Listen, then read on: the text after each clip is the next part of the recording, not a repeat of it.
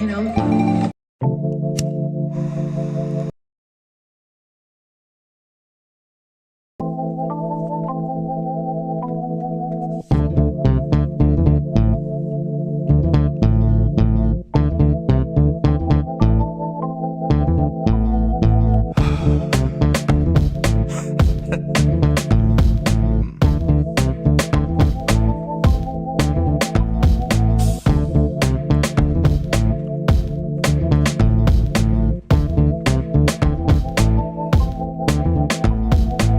Of the free, and you'll know us by the trail of dead. It's just one more world war to complete the set.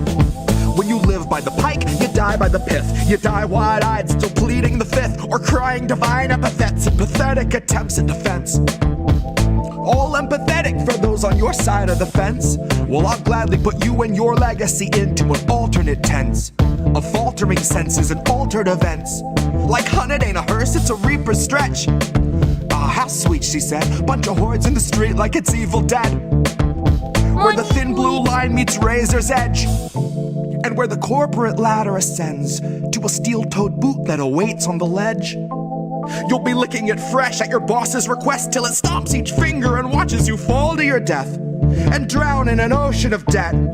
Gone with the fodder who gathered to honor the patient left, who purity tested themselves into sections step by step till the next election, when it's just one them and the sound of their well-read theorized breath. That's harm reduction for the lowly cost of you holding your nose and just openly buying the theft. Maybe that's all in the flick of the pen. Maybe we're all one unmarked van from a trip to the pen, being guarded by pigs who exist on a diet of dying breaths of much worthier men. Honey, heaven's expecting you. Just don't get too hung up on who they let in. Just look up at the shine of the pearly gates. You don't need to worry if there's lead in the paint. You don't need to worry if there's lead in the water, lead in the milk, lead in the honey, lead in the caustic embrace of the Heavenly Father.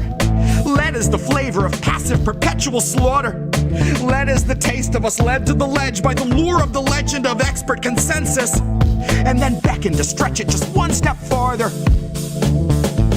And I hope all the folks who were boastfully gloating and toasting themselves as the heroes of COVID for boosting their boosters and doing their part are now equally thrilled to be starstruck martyrs, all laid in a government grave with anonymous markers, like you're back from the carvers and off to the splicer. You're the very first wave to be slain in the war against Pfizer, that 100 years war against Pfizer.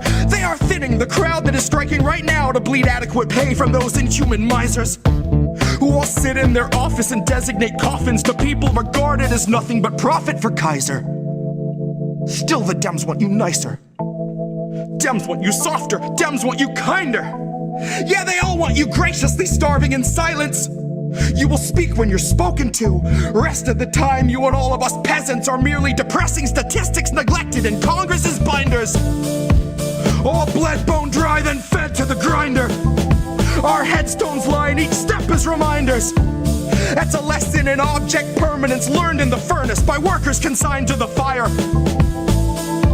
Workers bled, bone dry, then fed by the fed to the grinder.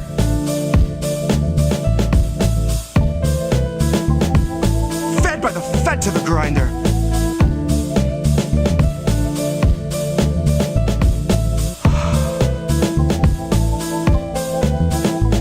Now the fed went straight to your head. Mind what you hide and your size unsaid, and your eyes turn blind to the signs unread.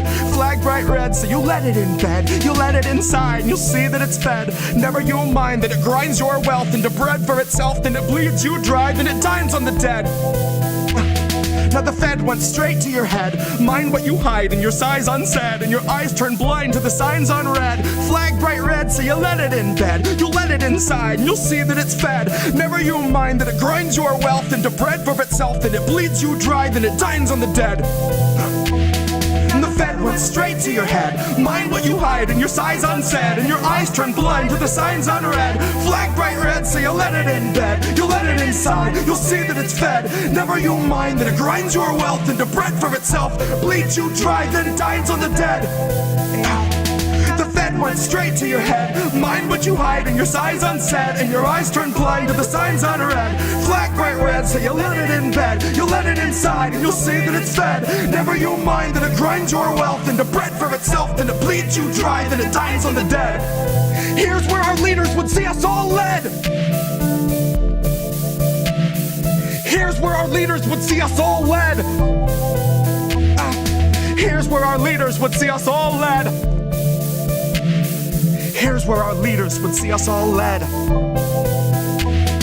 The feather went straight to your head. Mind what you hide and your size unsaid, and your eyes turn blind to the signs unread. Flat bright red, so you let it in bed. You let it inside and you'll see that it's fed. Never you'll mind that it grinds your wealth into bread for itself, then it bleeds you dry, then it dines on the dead. Feather went straight to your head. Mind what you hide and your size unsaid, and your eyes turn blind to the signs unread. Flat bright red, so you let it in bed. You let it inside, you'll see it, it's fed. Never you'll mind that it grinds your mind, that it grinds yourself, then it bleeds you dry, then it dines on the dead. Here's where our leaders would see us all led.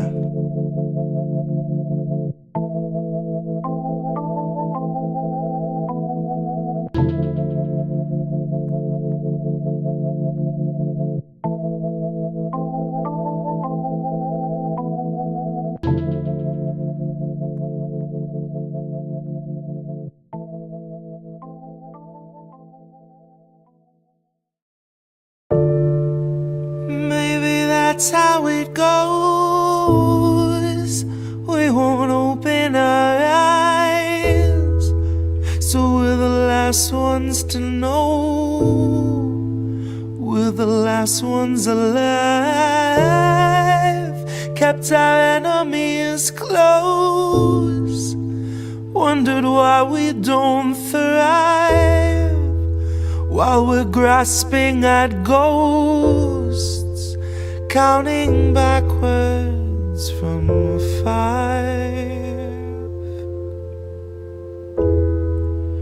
Counting backwards from 5.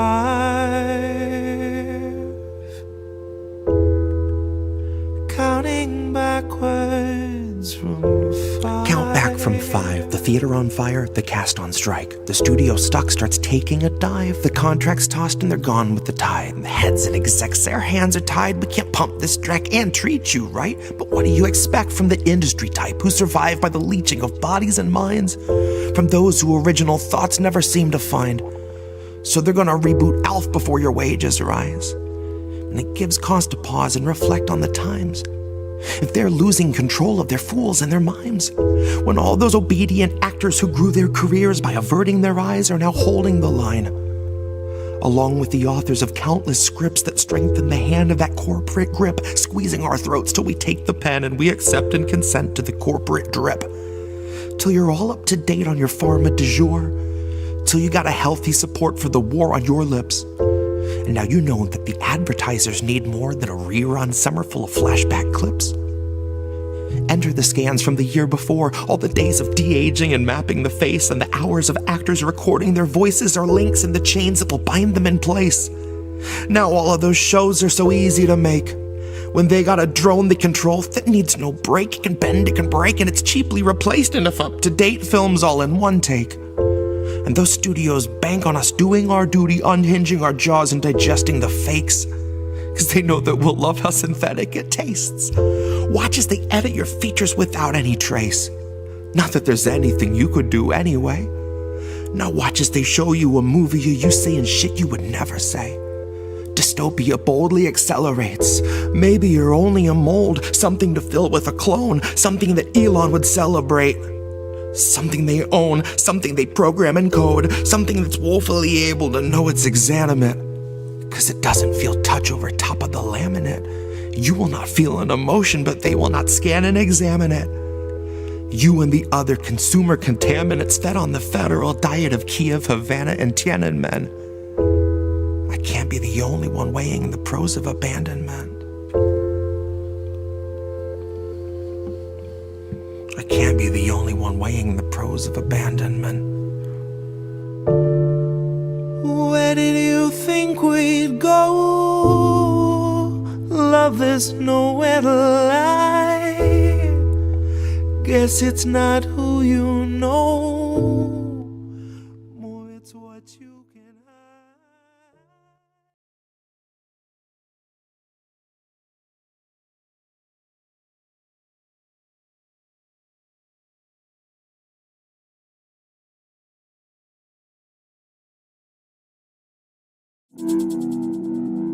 There's a difference between peace and liberation, is there not? You can have injustice and have peace. Isn't that correct? Have peace and be enslaved. Yes. So peace isn't the answer. No. Liberation is the answer.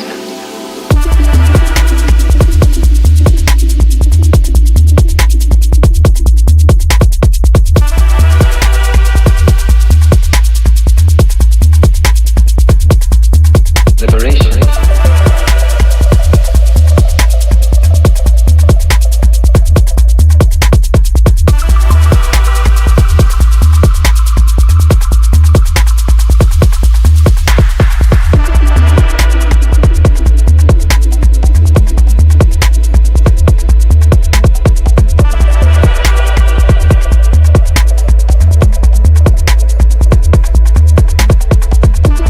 INN News.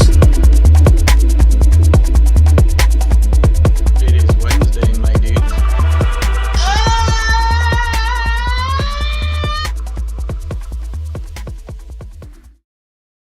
This food program that you have and feeding children and so forth, I'm sure that everyone will agree that children should be fed. Children don't have food, and people who don't have medical aid should be given medical aid and so forth. But don't you provide an indoctrination also with the food, that the children are being indoctrinated into your philosophy and so forth, that when they grow up they'll be big Panthers?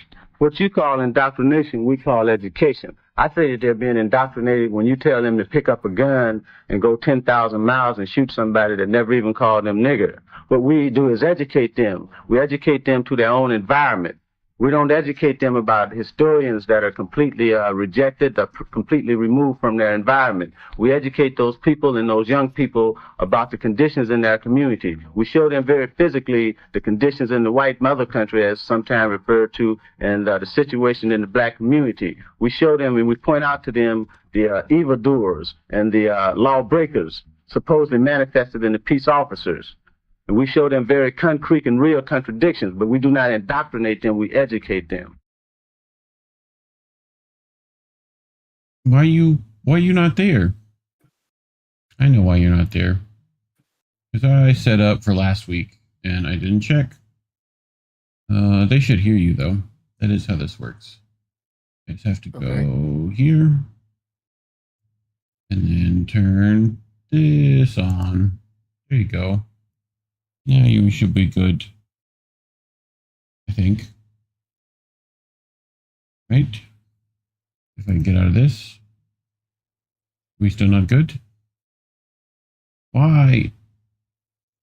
Why? Hold on, I fix.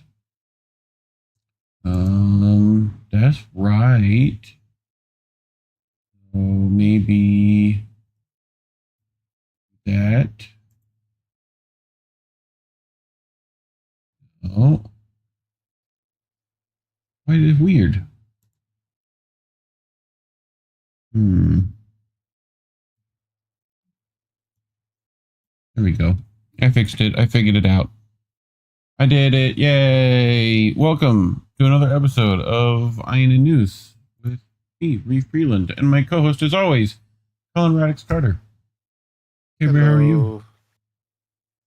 All right, how you doing? Who was that in the video? That was UEP? Actually, it was, yeah. Makes sense. Speaking about education, which is actually kind of relates to one of my stories today that actually intrigued me a little bit. And we talked about it a little bit last night in terms of our high school years and what courses we were taking and how I think we've mentioned this on the show before, but how I think just school it's often propagandized to have students think in a certain way, do things in a certain way, and not necessarily lead us into liberated or free thinking. So, um, so I have an article. A teacher wrote about this in terms of AP U.S. history. Now, neither one of us surprisingly took. Actually, no, I did, but for 1 year. You haven't, even though you tried to. Yeah. And I think probably in some ways we're probably better off in some ways. Yep. But I do want to kind of get into that tonight because I think it's kind of an intriguing thought. Bully's kind of taking a look at it, and those of you who are not in the States, so AP or advanced placement courses are essentially college level courses that you take in high school for college credit if you do well. They require an exam that you take after a year or two, depending on the length of the course. So it's the idea behind AP courses is that they are meant to have you think more deeply about the subject matter. But often or not, as many of us in school, is usually not the case. So a teacher talks about how that relates to, at least when he was teaching it, the AP course that he was taking and the frustration that he had with that. So we'll get into that a little bit later. But my first story tonight, so I didn't think we were going to talk about Jesse Jackson again. But his memorial service was over this past weekend. Some presidents said some mess. VP said some mess. And the family also had a response in terms of how Obama, Biden, and Kamala Harris spoke. So they had a response. But we have an article from Don Jeter, who probably should have, honestly, if I found him first, we probably should have read him back when we did our segment on Jesse Jackson a few weeks ago. But he probably gave a more nuanced, but, well, we talked about that in regards to Kwame Ture, but he also gave kind of a more nuanced take on Jesse that, funny enough, a lot of the stuff that the people who spoke cared not to mention about him, and there are reasons I'm speculating as to why.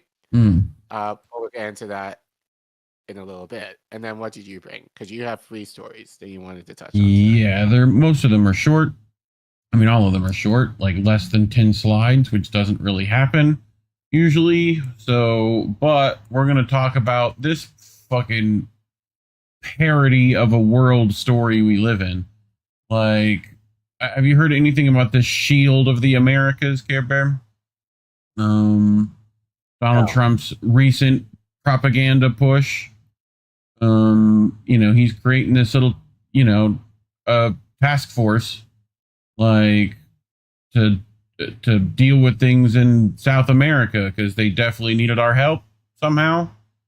All the usual suspects are there. We'll get into it later, but Javier Milei, Homelander's here, just in case people were wondering. Because that's what I feel like this shit is. It's literally an episode of The Boys that we're in constantly, So, and later I have, for those, Claude AI has been big in the news in general. Lots of, like, I think it's advertisement practically going around about it right now. But it was used in the recent bombing of a school in Iran. So we're going to talk about the implications of that. And, nothing like fucking AI companies running our military. It's great. And then later I'm going to talk about everyone's worried about Iran having nukes, but no one talks about Israel having nukes. We're going to. So we'll get to that later and the specifics of their arsenal. But yeah, that's what I brought.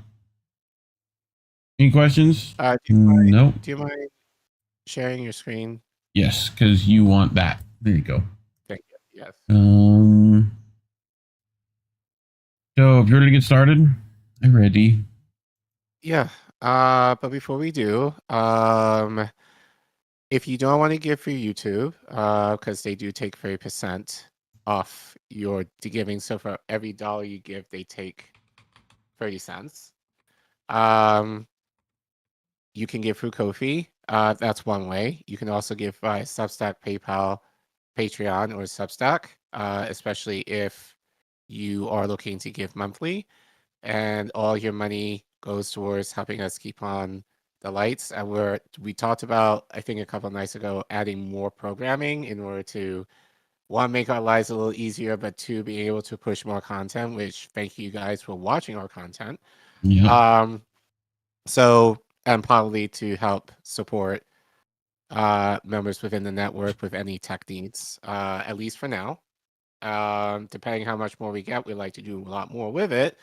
But those are the things that we're looking to for the time being. That being said, if you want to give through Ko-fi, you can scan the QR code you see on your screen, or you can go to the Ko-fi link you see at the bottom of your screen. If you're in the YouTube chat and we're live, you can type in !donate all one word, and the Ko-fi link will pop up, and you can just click on it. And any amount will help us towards our needs for the year. And as we always say, and especially now, given gas is probably, well, gas has started to go up and will probably continue to go up over the next couple of months. Yep. Given this war in Iran, please take care of yourselves, your neighbors, your family before you give to us. We don't do this for the money. We do this out of love. But that being said, if you do have any extra money to give, we are more than grateful for it. So, but yeah, thank you guys. Anyone who gives generously, or anyone who gives at any point, will be on our wall of fame. Those who give generously, your names are in the page. You'll also be featured in the closing credits. We'll probably try and do something for you guys as well, in addition to that. But thank you guys for your giving, and we love you. And yeah, where is everyone? Like, I don't know. YouTube must be blocking one person when you're also watching, right? Yes. So like that should at least be two. Now I'm getting two. Weird. So unless John's YouTube is doing so fast. I think YouTube's messing with us, I guess. I think so. Probably. What up, Sean? Sean, go collect everyone. Bring them here.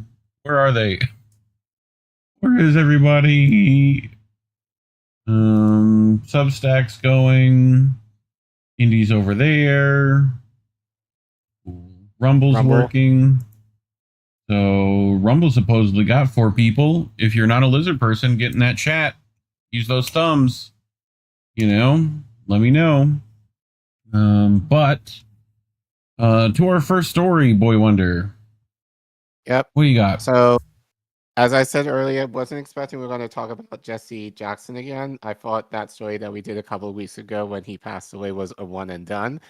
Apparently not, because he went viral again over the weekend because he had his memorial service and Kamala spoke, Obama spoke, and Biden spoke, and all of them shit the bed in terms of what they said and how they and to be fair, I didn't see. To be fair, no, Kamala's. I didn't bother seeing Obama's and Biden's because who cares? But I think Kamala's was the most viral given what she said, basically using it as a way to kick Trump in the face. So yeah, that was a thing over the weekend. So I happened to find Substack article from John Jeter, who we've mentioned before. I think he used to work for the Washington Post. And he has a Substack, surprisingly, like everyone now has a Substack. Yeah. So he wrote basically his appreciation, but he also had some criticism of the late Reverend Jesse Jackson, to put it mildly. So he wrote this a month ago. Probably should have read that first had I known he wrote this, but I thought it was a good read. kind of relation to the memorial service. So he titles it Hero, Heal, sorry. Hustle Man. Yeah, sorry, you're okay. There you go. Jesse Jackson, an appreciation. Say what you will. Can you imagine an America in which he never existed? Honestly, I probably could, but let's continue. So this is John's words. I was just sitting down at my desk in the soaring office tower overlooking Lake Michigan when the phone rang. Washington Post, Chicago Bureau, I said. John, the voice on the other end said excitedly, this is Reverend... Oh, I have to do the accent. This is Reverend Jackson. That's close as I get. John, we got to talk about... He interrupted. When Reverend Jackson had something on his mind, and he always had something on his mind, he hadn't had any time for any banalities.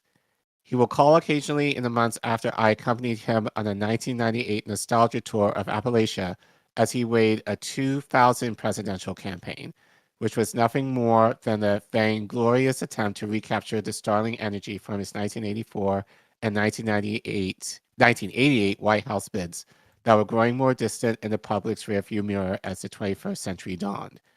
It would be an exaggeration to say that we'd become friends, but I've gotten to know him a bit as we talked for hours on end while sitting next to him on a bus as we traversed the border between Ohio and West Virginia. Yeah, I'm getting it. Okay. Like it's just most like one everyone, slide was messed up. Weirdly enough. Okay. Well, continue. You're good.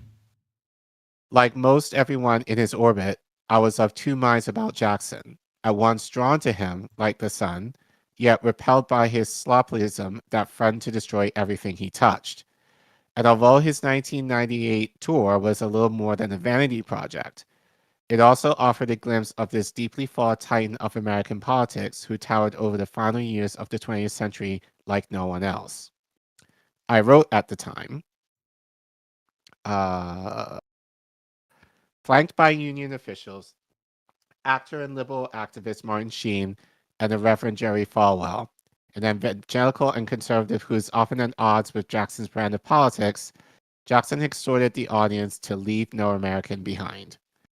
Jackson's political organization, the Chicago-based Operation Push/Rainbow Coalition, has focused its efforts this year on building a coalition of poor working-class voters from mostly white rural communities, such as Appalachia, and heavily Black and Latino inner-city areas. With the nation enjoying a major economic expansion, elected officials have turned away from the problems of the poorest Americans: affordable housing, lack of health insurance, failing public schools, and stagnant wages, Jackson said. Keep in mind this was back in 1998. Right. And how little things have changed since John wrote this. But what is this piece? This segment of the article. But anyway. Jackson said that the obstacles confronting coal miners in this mountainous region where President Lyndon B. Johnson launched his war on poverty are not vastly different from those facing jobless steelworkers on Chicago's South Side. We're here today to change the framework of the national debate, Jackson said. The media wants to talk about sex and tapes, he said, in reference to the scandal surrounding President Clinton's affair with Monica S. Lewinsky. But politicians want to talk about politics and posturing. We seek to bring dignity, jobs, and justice to Appalachia. We're blessed enough and we're fortunate enough that we should share America's growth with all of its people. That Jackson was singularly responsible for squandering what might have been the Republic's best opportunities since Robert F. Kennedy's assassination to fulfill his vision of a pluralistic society was not lost on me, even then as a 33-year-old African American whose revolutionary consciousness had not yet fully formed. In his refusal to abandon an increasingly conservative Democratic Party to form a third party that represented the working class, Jackson anticipated the party's cuckolding of Senator Bernie Sanders following his failed 2020 presidential campaign. So it sounds, and you said this, very similar, if not exactly the same thing as Bernie did basically right after him, you know. So you would think, actually, I actually never knew any of this because I wasn't living in the country at the time when Jesse Jackson, ran. But obviously I knew of him, obviously, in the 90s. But the idea that, you can make the argument Bernie basically stole a lot of his ideas, I would think, from Jesse, but kind of Sure. did the same play in terms of, The he tactics, you met mean? with the tactics, sure. And didn't do anything differently, I would argue, to push the envelope See, beyond what Jesse was able to do. this statement too, that like the party's cuckolding of Bernie, said like that implies that Bernie was like good, and Right. that the party screwed him over. When it's like there's an argument that he was never good, that it was all an act, like it was all kabuki theater. Which, like, when you look at Jesse Jackson as well, there's like same arguments of like, especially when you look at things like Angela Davis and all that stuff, like, where they were compromised to begin with, So, Right. But yeah, I mean, sure. But anyway, still, there was something magical about watching Jackson connect with white West Virginia coal miners and Midwestern college students on a level that transcended electoral politics. In my career as a journalist, I've been in close proximity to Nelson and Winnie Mandela, Robert Mugabe, Paul Wellstone, Cyril Ramaphosa, Marion Barry, Coleman Brown, Kenneth Ladanda, and Hugo Chavez. Only Chavez had Jackson's magnetic personal charisma combined with a knack for knowing precisely what gesture or words would win someone over in a particular moment. I was introduced to Reverend Jackson a half-century ago as a fifth grader at Indianapolis Public School number 106 when he addressed the school assembly, urging the mostly African-American student body with a message and a cadence that I associate only with Muhammad Ali up until that point. So you probably have heard the I Am Somebody poem. So I think this was kind of popular when he did it on Sesame Street. right. But for those who may not know, so we have a video of it. So we'll just play it just for those who may not be aware of what this poem is. So go ahead. I may be poor, but I am somebody. I may be on welfare, but I am somebody. I may be in jail, but I am somebody. I may be uneducated, but I am somebody. I am black, beautiful, proud. I must be respected. I must be protected. I am somebody. Right on.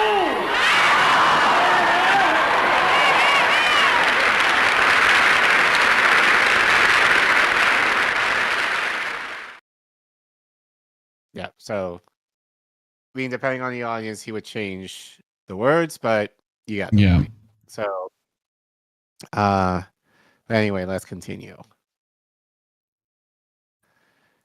If he had been a cult leader, my 10-year-old self would have joined on the spot. Jackson's 1984 and 88 presidential campaigns transformed the nation, though not as he had hoped. When two Dixiecrats, Arkansas Governor Bill Clinton and Tennessee's U.S. Senator Al Gore, were applying to recapture the White House in the 1992 election after 12 years of Republicans in the Oval Office, their choice was clear. They could parrot Jackson's Big Tent strategy that sought to expand the interracial coalition that propelled the New Deal with policies that were ambiguously pro-worker, or they could compete for bigoted white suburban voters with policies and rhetoric that portrayed Democrats as more racist than the GOP. You need only consider Kamala Harris's 2024 campaign to understand which strategy Clinton and Gore chose and endures to this day. Reverend Jackson was impossible to characterize. He was not one thing or the other, but all things and another. A civil rights leader and a capitalist. A black nationalist who feared black men. A married man of the cloth who fathered a child out of wedlock. Martin Luther King Jr. famously scolded him for his career's ambition.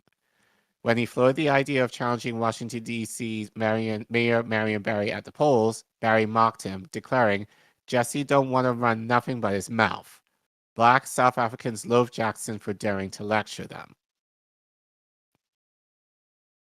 While they were close allies, Chicago's first African-American mayor, Harold Washington, resented Jackson's thunder-stealing antics, according to many Black Chicagoans who recall Washington comically struggling to free his hand from the Reverend's grasp as he tried to raise their fists in tandem in a gesture of solidarity and triumph. Bruce Dixon, the late managing director at Black Agenda Report, once told me that Jackson had approached the chairman of the Illinois Black Panthers, Fred Hampton, about collaborating on some commercial scheme. Hampton wasn't trying to hear it, and when he finally had enough, he signaled to Free Panthers, who promptly frog-marched the minister from the premises and bounced him off the pavement. Damn. And then there is this. In 2009, I was interviewing a half dozen workers at Republic Window and Doors at a South Side Chicago restaurant when Jackson materialized outside. The workers, 4 Mexican immigrants and 2 African Americans, had organized a sit-down strike months earlier when company executives had decided to relocate to Iowa without paying their employees the back pay and benefits they were entitled to under their union contract. With Jackson's endorsement, the workers had won their back pay and started a successful workers' cooperative. But none of the workers had ever met Jackson. When they saw him approaching the restaurant's door, all 6 leapt to their feet and rushed to greet him in the parking lot. Jackson spoke patiently with the group in freezing winter temperatures for what had to be 15 minutes. All 6 workers returned to the table beaming like lottery winners. I hear a butt coming. You know? But... well, no. Okay. Nope. Regardless of what anyone thought of him, Reverend Jackson was ours. He belonged to working people generally and African Americans most of all because he was a product of Black culture and a recognizable figure in the neighborhood. He was Hustle Man, who grew up with nothing and vowed to do whatever it took to get a bag for himself and his family. Maybe he opened a car wash or a chain of them. Maybe he ran numbers or organized illegal gambling from his garage. But long after he made enough money to move out, he remained in the hood, showing up for summer barbecues and Thanksgiving dinner, pitching in $100 here and there for a high school graduation gift or to help a neighbor out of a jam. They were deeply flawed men in all, but all in all, they were an asset to their community, helping us get through. Jesse Jackson was the greatest hustle man of all time. I tried to maintain a professional distance when our paths crossed nearly 30 years ago because white newsroom editors policed Black reporters' relationships to the people we covered. But the truth is that I loved the man from the moment I first laid eyes on him at the school assembly 50 years ago, and I'll continue to love him for as many days as I have left on this earth. He was family. And for those who say that he fell short of the glory one too many times, I would only ask if you can even imagine an America in which Reverend Jesse Jackson had never existed. I would propose that we, the people, might honor and redeem him by settling our quarrels and coming together to construct, at long last, a beloved community. It's nation time. So, no but. So, okay. I mean, nuanced, like, you know, there was obviously some love there, but he obviously had his criticisms as well of him, which we did too, you know, and even we talked about in our last segment on him that Kwame Ture commented, you know, like he wasn't powerful because essentially the powers that be weren't scared of him.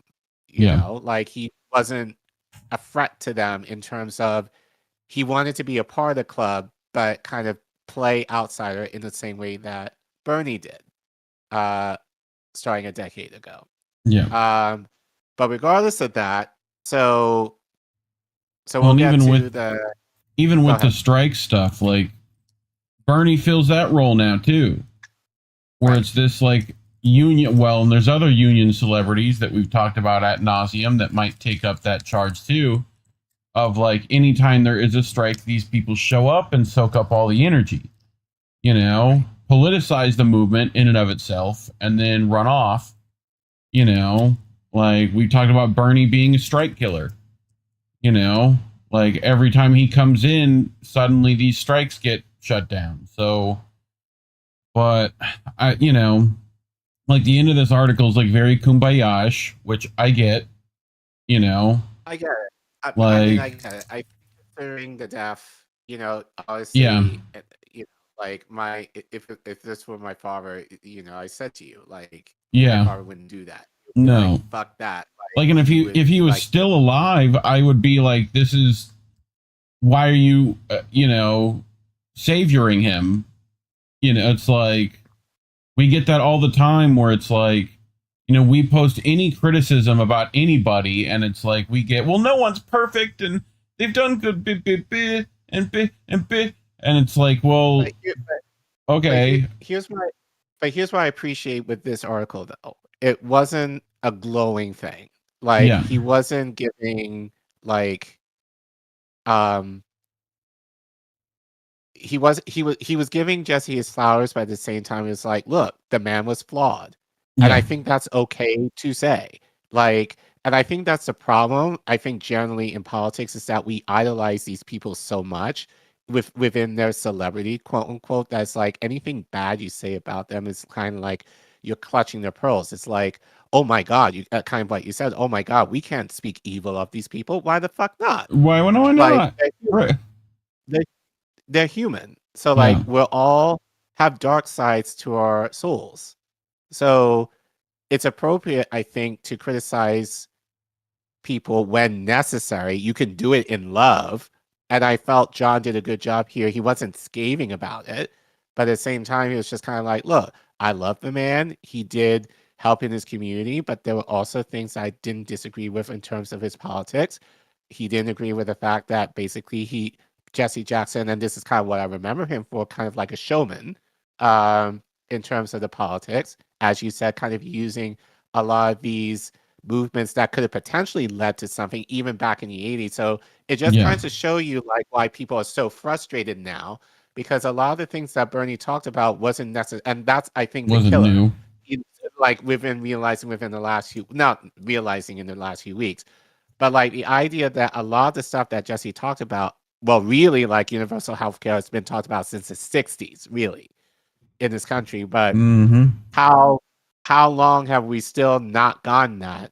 And people are like, oh, it takes time. It takes so much time. Like, it's been 60 years. Like, how much more time do you fucking want for us to kind of play catch up with at least healthcare in this country?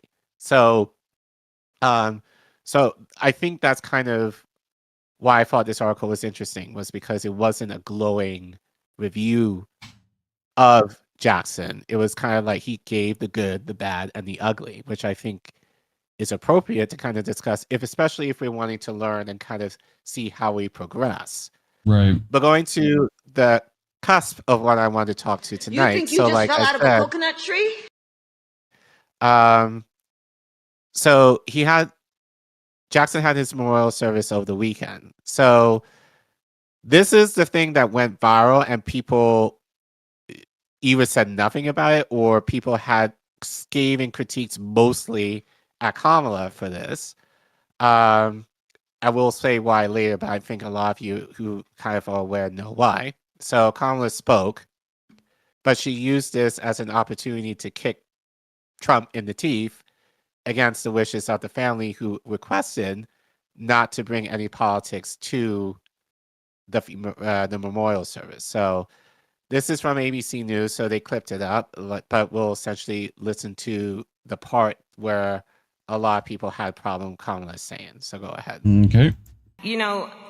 So let me just say, I predicted a lot about what's happening right now. Did you now? You exist in the context. I'm not into saying I told you so, but we did see it coming. But what I did not predict is that we would not have Jesse Jackson with us right now to help us get through this. And so from a young age, we know that Reverend Jackson saw that the doors had been closed to the millions of people across our nation and throughout the world who were otherwise so deserving. And they were doors, of course, to opportunity, to equity, to justice, to freedom. And so he dedicated his life, as we all know, to breaking down those barriers. So when we are speaking of these doors, I will share with you that as a child, I was raised that when you see a closed door, you must knock and wait to be invited in. What life has taught me is that if that invitation is not offered, and if that door remains shut, even after repeated attempts to knock on said door, sometimes you have no choice but just to kick that door open. What the fuck? Reverend Jackson was impatient. He did not waste time waiting. Even when the doors in front of him were barred and bolted, even if those on the other side hesitated or even ignored him, he always devised a way through. Never let anyone take your joy from you. It's funny. I'm actually you don't need to play left side because it's just a repeat. But interesting that and to be perfectly honest, I didn't see this second part of this until just before we went live. But I'm actually glad I kind of pulled that instead of the viral part because and I said this to you just before we went live. You notice what she said, right? Like she said, if you knock on the door and the door is closed to the opportunity that you're seeking, you should kick the door down. That sounds like violence to me. That sounds like she's promoting violence. Yeah, it is. No. Yeah, it is. Yeah, doors are inanimate objects. No. I mean, unless we did it, then they would have feelings and a 401k for us to fucking pay back. You know? But you notice how she was very vague in saying the doors, but she didn't say what exactly. Like, she didn't mention anything about healthcare. She didn't mention anything about how the poor economically have been down and out for God knows how long. Like, and I think overall that was my argument that I was saying to people over the weekend. You know, first of all, like Trump aside, you know, like there was no reason to her to say, I told you so. You know, so it just makes her sound so bitter. And as people were saying, well, if you predicted that this was going to happen, why didn't you run a fucking better campaign to convince people to get off their asses? Because this is the reality. It's not that you lost because people didn't vote for you. They didn't vote. You lost because people were not willing to get off the couch to vote for you. There's a huge, larger component of people who stayed out of it, Gaza, among other things, weren't inspired by you, among other things, that they felt that they didn't want to vote for you or Trump, so hence Team Couch. So if you predicted that, why didn't you give enough of a reason for people to get up and vote for you? Because she didn't have to. They already knew who they wanted in charge. She was just a fucking placeholder, like, for the kabuki theater that we know and love. Like, this is one of those things where it's like, okay, people for that to work, like, you expected her to govern differently than Trump? I don't. Because she fucking actively called Iran their biggest threat. She actively, like, pushed the genocide, didn't want to fucking denounce it. The administration she was working for was actively assisting. Like, so Trump just was a continuation of that. The one thing I hear people talk about is the ICE stuff.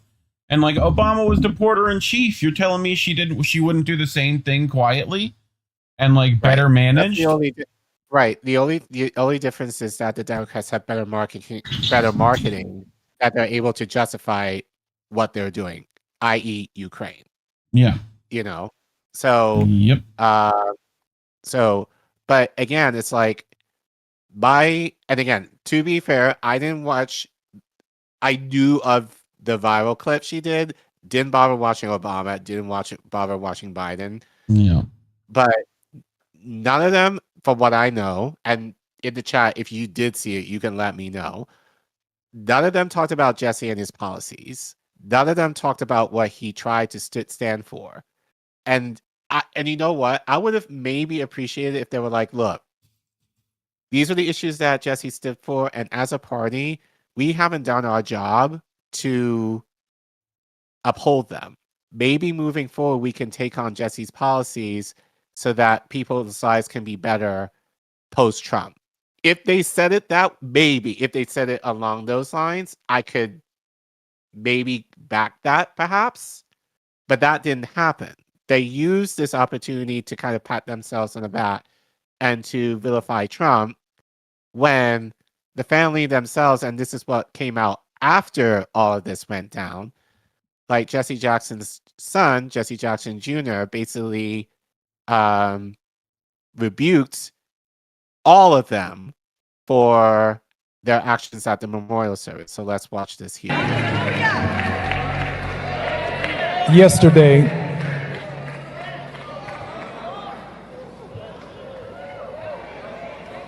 I listened for several hours of 3 United States presidents who do not know Jesse Jackson.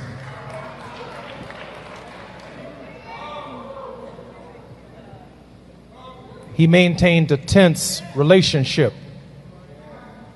with the political order, not because the presidents were white or black, but the demands of our message, the demands of speaking for the least of these, those who were disinherited, the damned, the dispossessed, the disrespected, demanded not Democratic or Republican solutions, but demanded a consistent, prophetic voice that at no point in time ever sold us out as a people. And it speaks volumes about who the Reverend Jesse Jackson was. Our message has already been delivered today. I can see it all over my mother's face. Rise, Jesse, rise. Give Jonathan Jackson another great round of applause for delivering our family message to the world. So, I mean, look, this is just me. I'm not sure why. I kind of get it, but at the same time, I'm not sure why. First of all, Bill Clinton, pedo. Like, why the hell would he be invited to this? Like, but I honestly would not have voted. I'm not sure if they got an invite. I'm assuming they did. And it's the family, so whatever. I guess they wanted kind of the pomp and circumstance of it all. But if it were me, I personally would not have invited them because, they treated Jesse like an outsider, like for better or for worse. Like, again, Jesse wanted to be a part of the in crowd, but they weren't with. And I disagree with what his son said there. They knew who Jesse was. They knew who he was. It was just what he was saying was not compatible with the capitalistic imperialist talking points and persona that they wanted to portray. No, what they did there is exactly how they've used Jesse for fucking years as like a prop for their own amusement. Which Jesse let them do, unfortunately. Like, because they think that fucking you got to play ball to get somewhere. And it's like, no, fuck that, dude. Like, if you're working within that system in any capacity, it's a dead end, So. Right. I mean, Jesse played it both sides. He talked about being radical, whatever, but he wanted to be them. He wanted to be a part of the in crowd. So, like I was seeing online that people were like, oh, well, he was friends with Trump. I mean, that's not flex. Like, because back then Trump was a Democrat, and he gave money to every Democrat, Clinton's included, and now he allegedly can't stand them. Which So is it's part of like, the problem. This Jesse was Right. fucking engaging with the fucking capitalist ruling class in any way he could to try to get like the crumbs that they might throw him occasionally. Right. And it's like Shout at out to the one Black point, do you just not? You know? Right. Shout out to the Black Panthers who sniffed that out and Correct. kicked his ass to the curb, literally, because Yup. they knew, like, no, like, so if Jesse moved in that lane, that would have Yeah. been totally different, but he didn't. Like, You would have never heard so- about him if he did. Like, or in another way, but like, but again, as Kwame Ture said, he didn't have any power. He was just a puppet. He was just, a doll that they were able to play with every once in a while just to appease his amusement. yeah. But they weren't taking him seriously at all. And honestly, that's kind of my issue with the whole thing. Like, they didn't take him seriously. Like, if they did, they would have been able to say a lot more, for what I understand, a lot more kind of in the line of what John said. Like, and again, you didn't have to go into like the details of in the way that John said it in his article, but you could have mentioned at minimum what he stood for, and like, and really how the Democratic Party in of themselves have not lived up to that ideal, But of course, they don't want to do any of that stuff, so they kind of did the persona, which again is why, as we say all the time, the Democrats, if anything, are more devious than Republicans. Mm-hmm. Because Republicans was basically say, fuck him. We don't like, Democrats put in the air of decorum and civility and decency. And so I just found it totally gross. And I just found it to be like just selfish overall. All like Biden, Obama, Kamala, all of them just selfish, just using it as a way to pat themselves in the back. And yeah, that's why Democrats are hated among like the very people that Jesse tried to work in solidarity with, because they come off with this air of arrogance and elitism that doesn't work for the average person. They see right through that as you being unauthentic. Yep. Which a lot of us have even moved past focusing on. It's like we've just seen the same fucking playbook 1,000 times. It's like it's almost irrelevant to the fucking world around us. Like, Right. whether we give a shit what they fucking think, do, say. Like, if we could move past a lot of that, we'd be way better off, But anything else you wanted to add? No. Yeah. I think I'm done with Jesse now, I think. Yeah. So, but at least we were able to play that clip to kind of show the other side of what Kamala said that people weren't necessarily talking about. But as I said, she called for, in my mind, she called for violence. But let us know in your chat what you think. Do you think she was calling for violence against the duopoly for us knocking on the door and they're not opening it at all? Let us know in the chat. And let us know also if you had any idea of the identities of Jesse Jackson that John portrayed. And I think, again, I think ultimately it just shows him to be human. Like, we all have our good sides, our bad sides, and our ugly sides. And I think John did. I think he only touched the surface of it, but kind of started, the idea of like he was a flawed man who wanted to do good, but he got kind of caught up in the celebrity of it all, of politics, I guess. But let us know what you think of the article or what you thought of Jesse as a whole. Don't forget to like and subscribe, and please share this to fight the suppression that we do have on YouTube. We are probably not as suppressed as we used to be, but we still are. And make sure to leave a comment. Let us know what you think of the article or what you think of Jesse, and help us get to 3K. I think we're just under 200 away from that.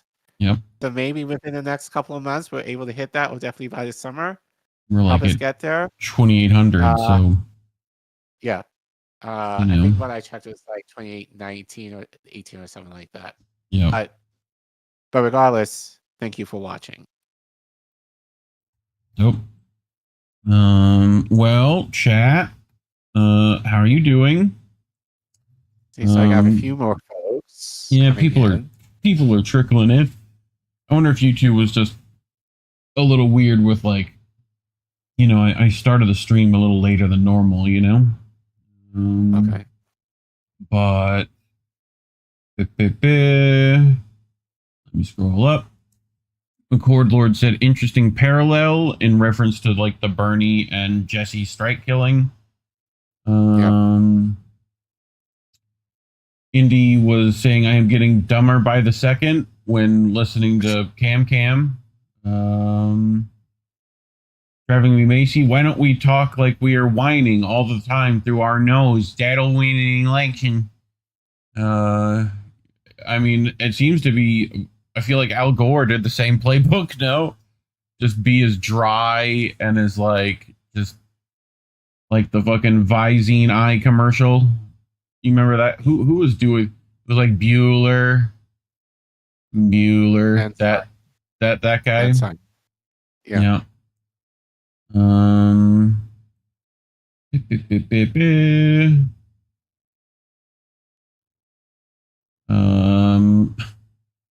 Cacklemala, Cacklemala, one of those English.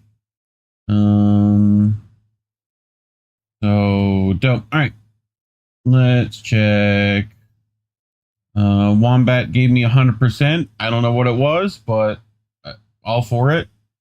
And he also said I voted for Jesse in at least one of the primaries. So, you know, which year? 84, 88. Who knows? Wombat will let me know, I'm sure. The talking wombat.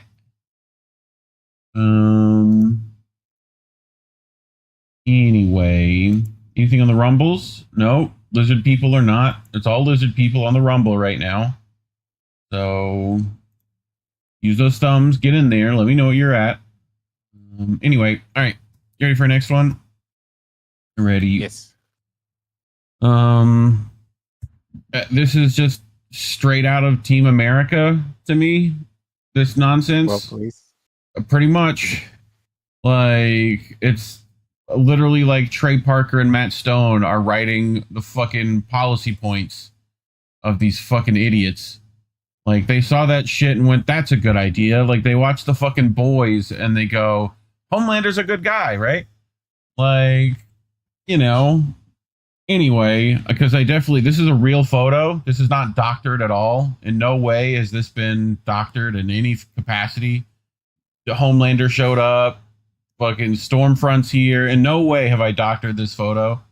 So, you know, like, I appreciate people who get the references and who've seen these things. But this is from Arturo Dominguez, right? Who writes what to expect from the Shield of the Americas. Have you heard of it? Look at this fucking... You thought I faked this. This is the logo they went with. Guys, get a different graphic person. Because this is like... Like, this is clearly made, like, in Canva with the, like, I know the fucking shit you like...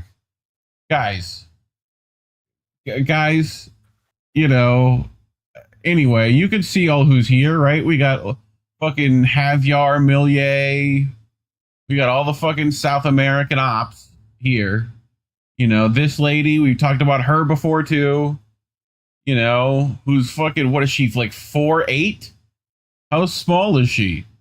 Like, because like, Trump's what? How tall is Trump? I mean, he's wearing his platforms. 6'1", 6'2". Okay. What is that on his fucking Grinder profile? He's got 6'1" on there. Like... Okay, you know, anyway, so a brand new military coalition where we just bomb fucking boats in the middle of nowhere full of innocent people. Joy. So Recently, President Donald Trump created the Shield of the Americas, a consortium of 12 Latin American nations and the United States officially focused on targeting cartels with military force, curbing illegal immigration, and countering China in the region. Of the countries invited to the inaugural summit hosted at Trump's Doral Gulf Resort in Florida, Brazil, the largest economy in Latin America and the Caribbean, Colombia, with the fourth largest economy, and Mexico, the second largest economy in the region and the U.S. largest trade partner, were not invited. I wonder why. I wonder why. Like, those invited were Argentine President Javier Milei, Bolivian President Rodrigo Paz Pereira, Chilean President-elect Jose Antonio Cast, Costa Rican President Rodrigo Chavez, Dominican Republic, I know black, I know Dominican, I know black. President Luis Abinader, well, I'm Dominican, I know black. Ecuadorian President Daniel Noboa, we've talked about his ass before. Salvadorian President Nayib Bukele, we've talked about his fucking ass before. Guyanese President Mohamed Ifran Ali, Honduran President Nasri Asfora, and Panamanian President Jose Raul Molino, Paraguayan President Santiago Peña, and Trinidad and Tobago Prime Minister Kamala Persad Bissessar, which you've talked about that bitch too. So, you know, the fucking who's who of bullshit South American leaders that we fucking installed. So, and looking at you fucking libertarians who push that schmuck, I know you know who you are. You know. Anyway, the partner countries involved unsurprisingly have presidents who are sympathetic to Trump and are indebted to him in various ways. Several owe their elections to him.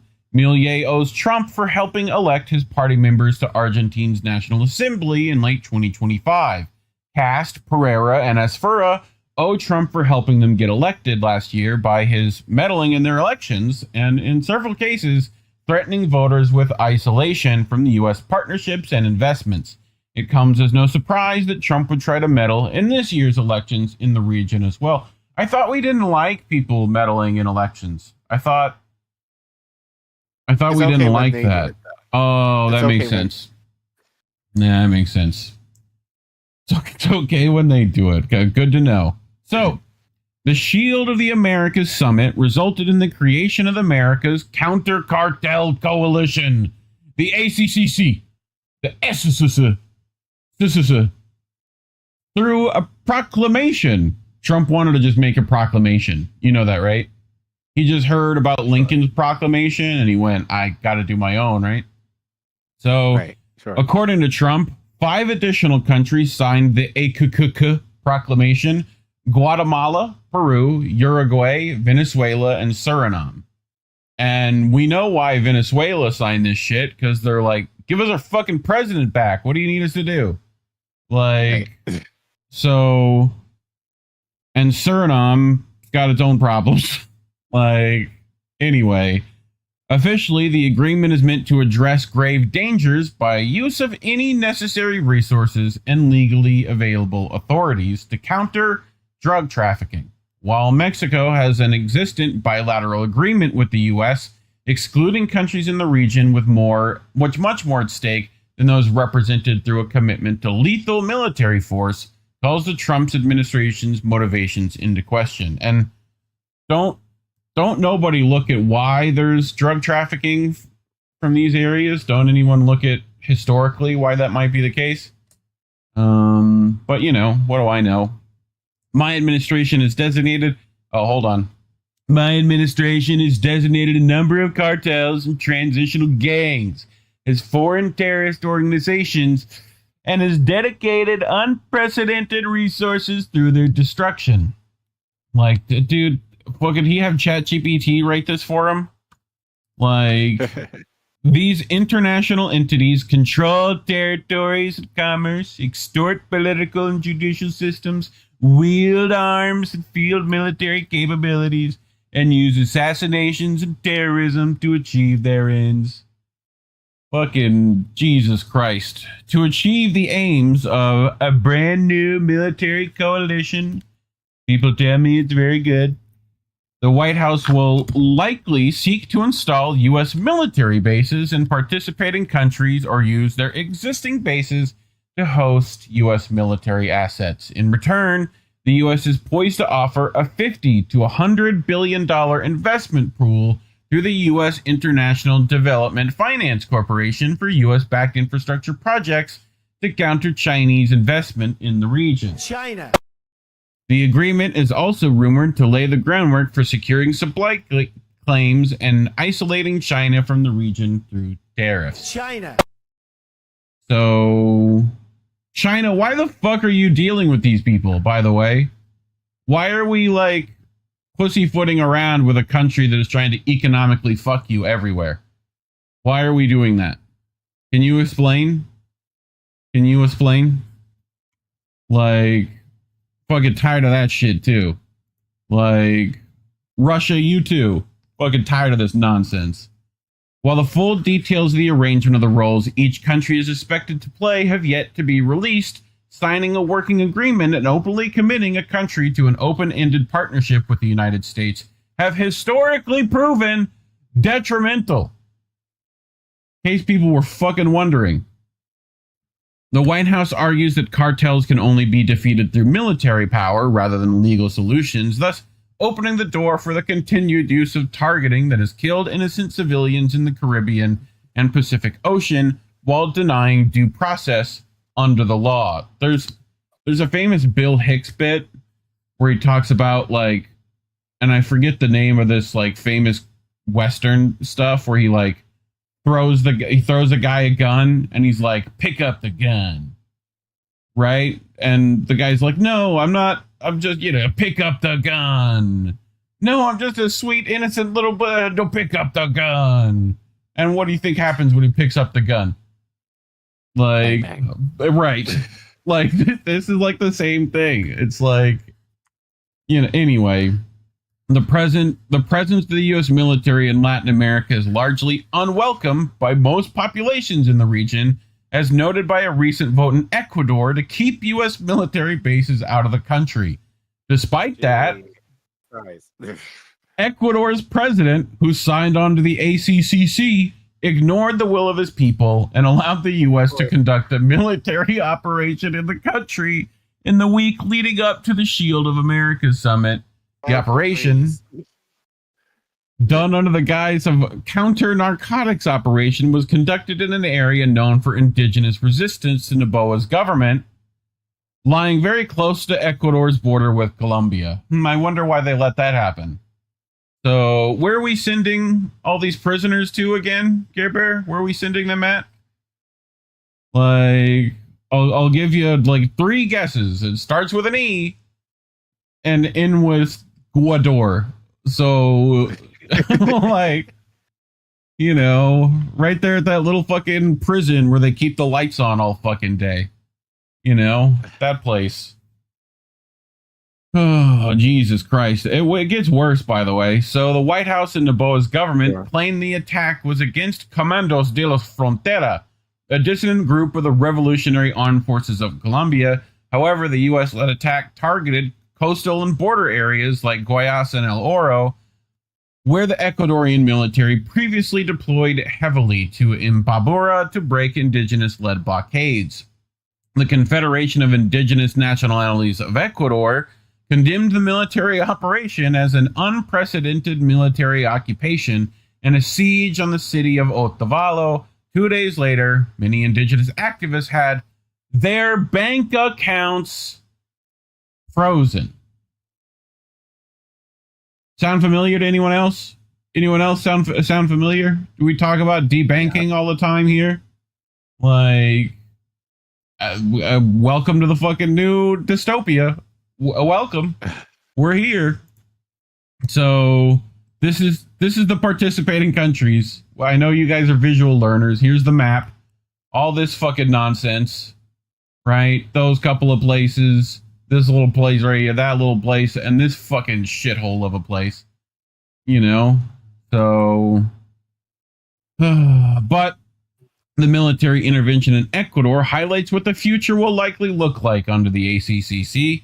The populations of these countries will be unaware of who is doing what as bombs drop in various areas, with former Department of Homeland Security Secretary Kristi Noem at the helm. I'd like to repeat that because it sounds vaguely important. With former President, Department of Homeland Security Secretary Kristi Noem. Collin, remind me what just happened to that lady. She got, how he do it? Fired. You're fired. You're fired. Did she though? She's now heading this department. So she just failed upward.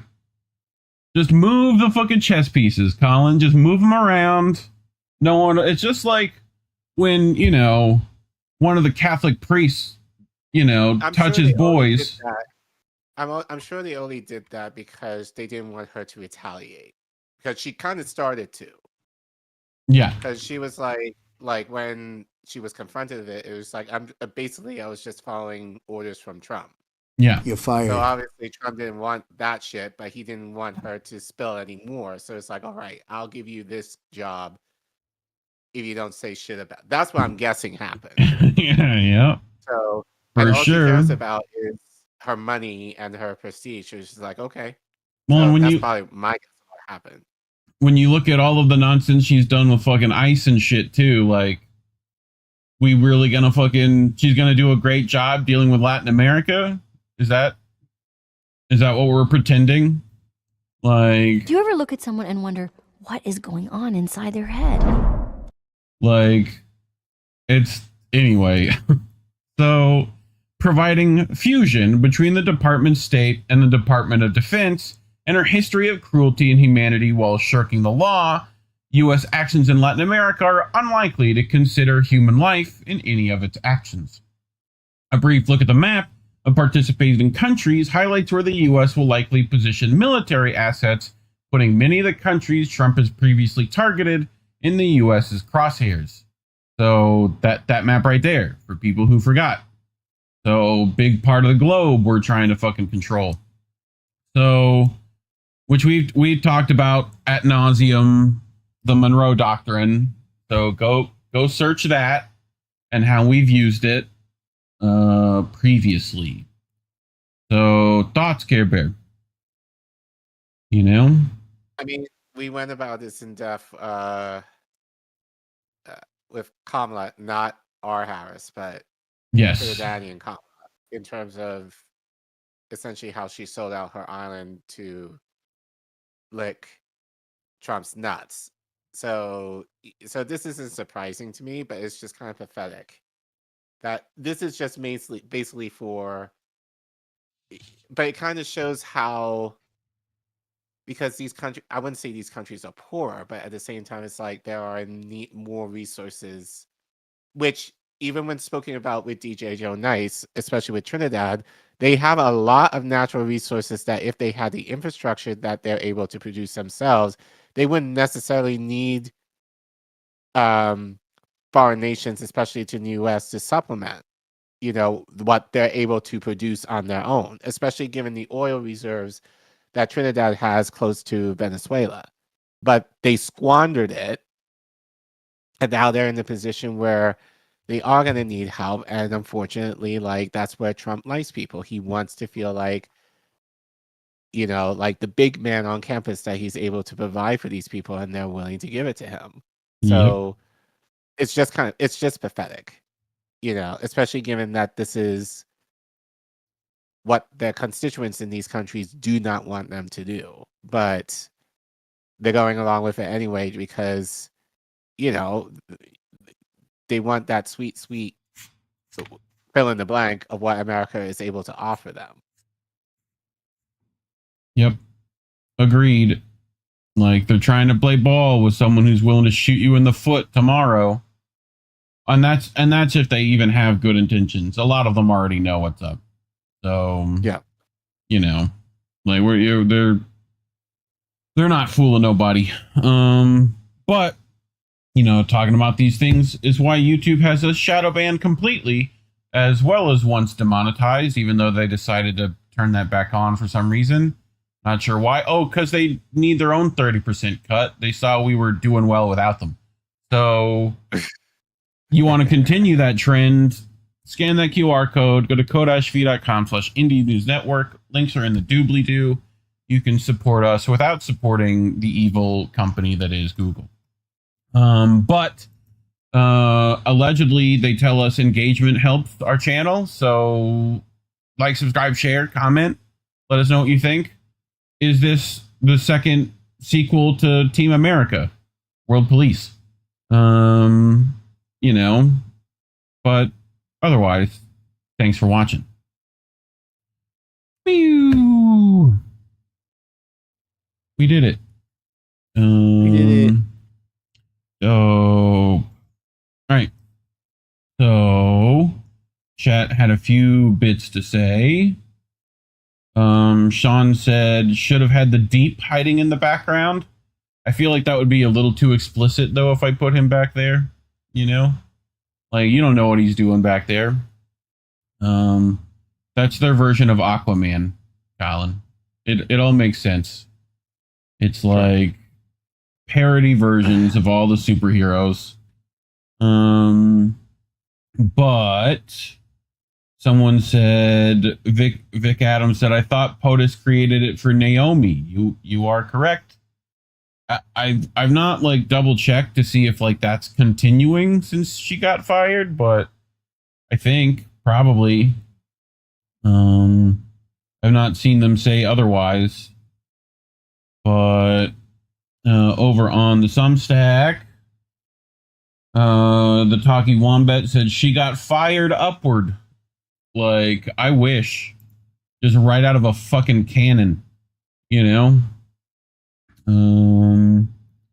But anyways, Ghost Start over on the Rumble said Zio Fest. Yep. Almost all those people have their ties to the fucking All Roads Lead Where. Everyone knows this by now. To Tel Aviv. Yeah, correct. So, A new world order. So, you ready to get started on the next one? Yeah. Cool. So we do this every once in a while. This is kind of more of an evergreen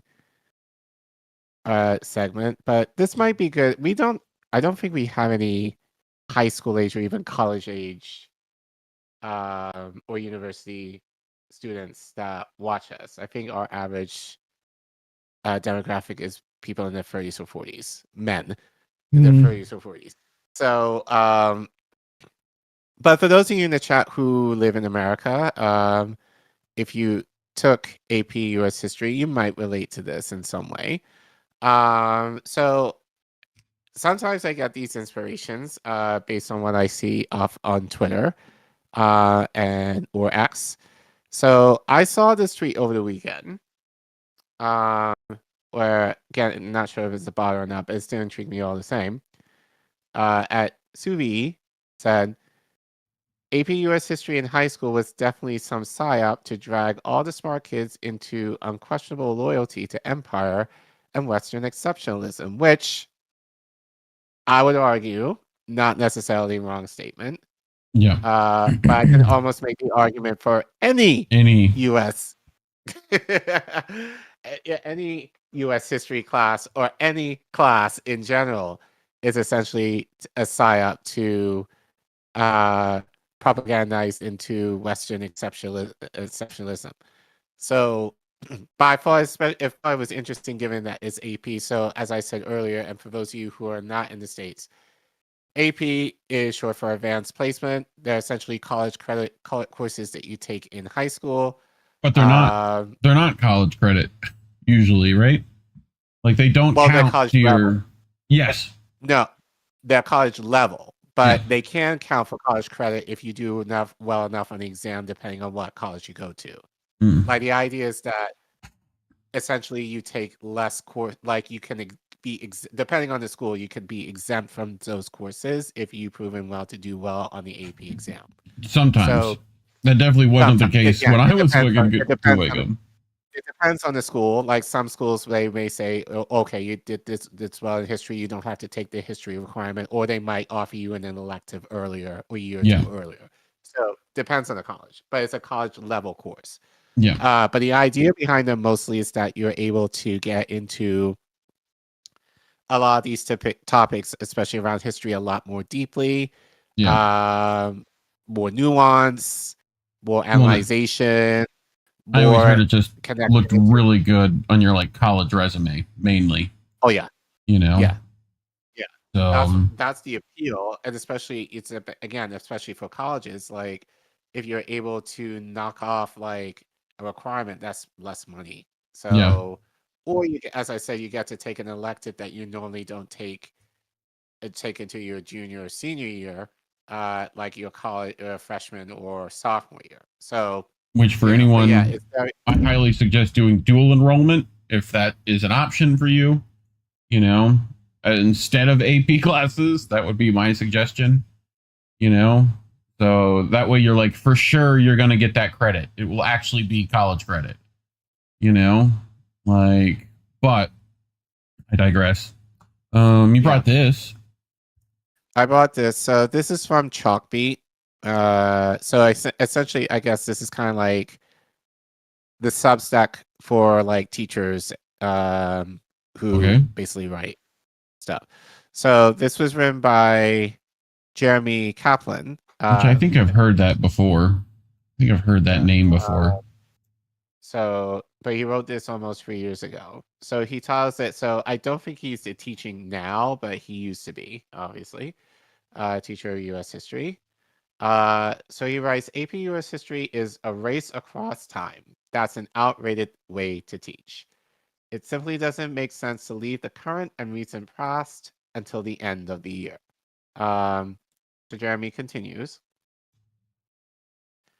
I walk into my advanced placement U.S. history class excited to teach the Vietnam War, yet knowing I will fail. My students may learn some basic information about the war from primary documents and get a sense of its horror from it from film clips, but they will not have time to make deep connections to our world today, to wonder deeply about whistleblowers and government secrets, to connect it to forever wars, or to consider the implications of war and peace in Ukraine today. But I smile at my students and cue up my slides because there is no time to waste on doubt. I only have 1 day. One! Like that alone, the Vietnam War could be like a year or more. But 1 day to basically skim the surface of the Vietnam War. Okay. For AP US history, the number of units and topics and their relative importance on the AP exam are dictated by the college board.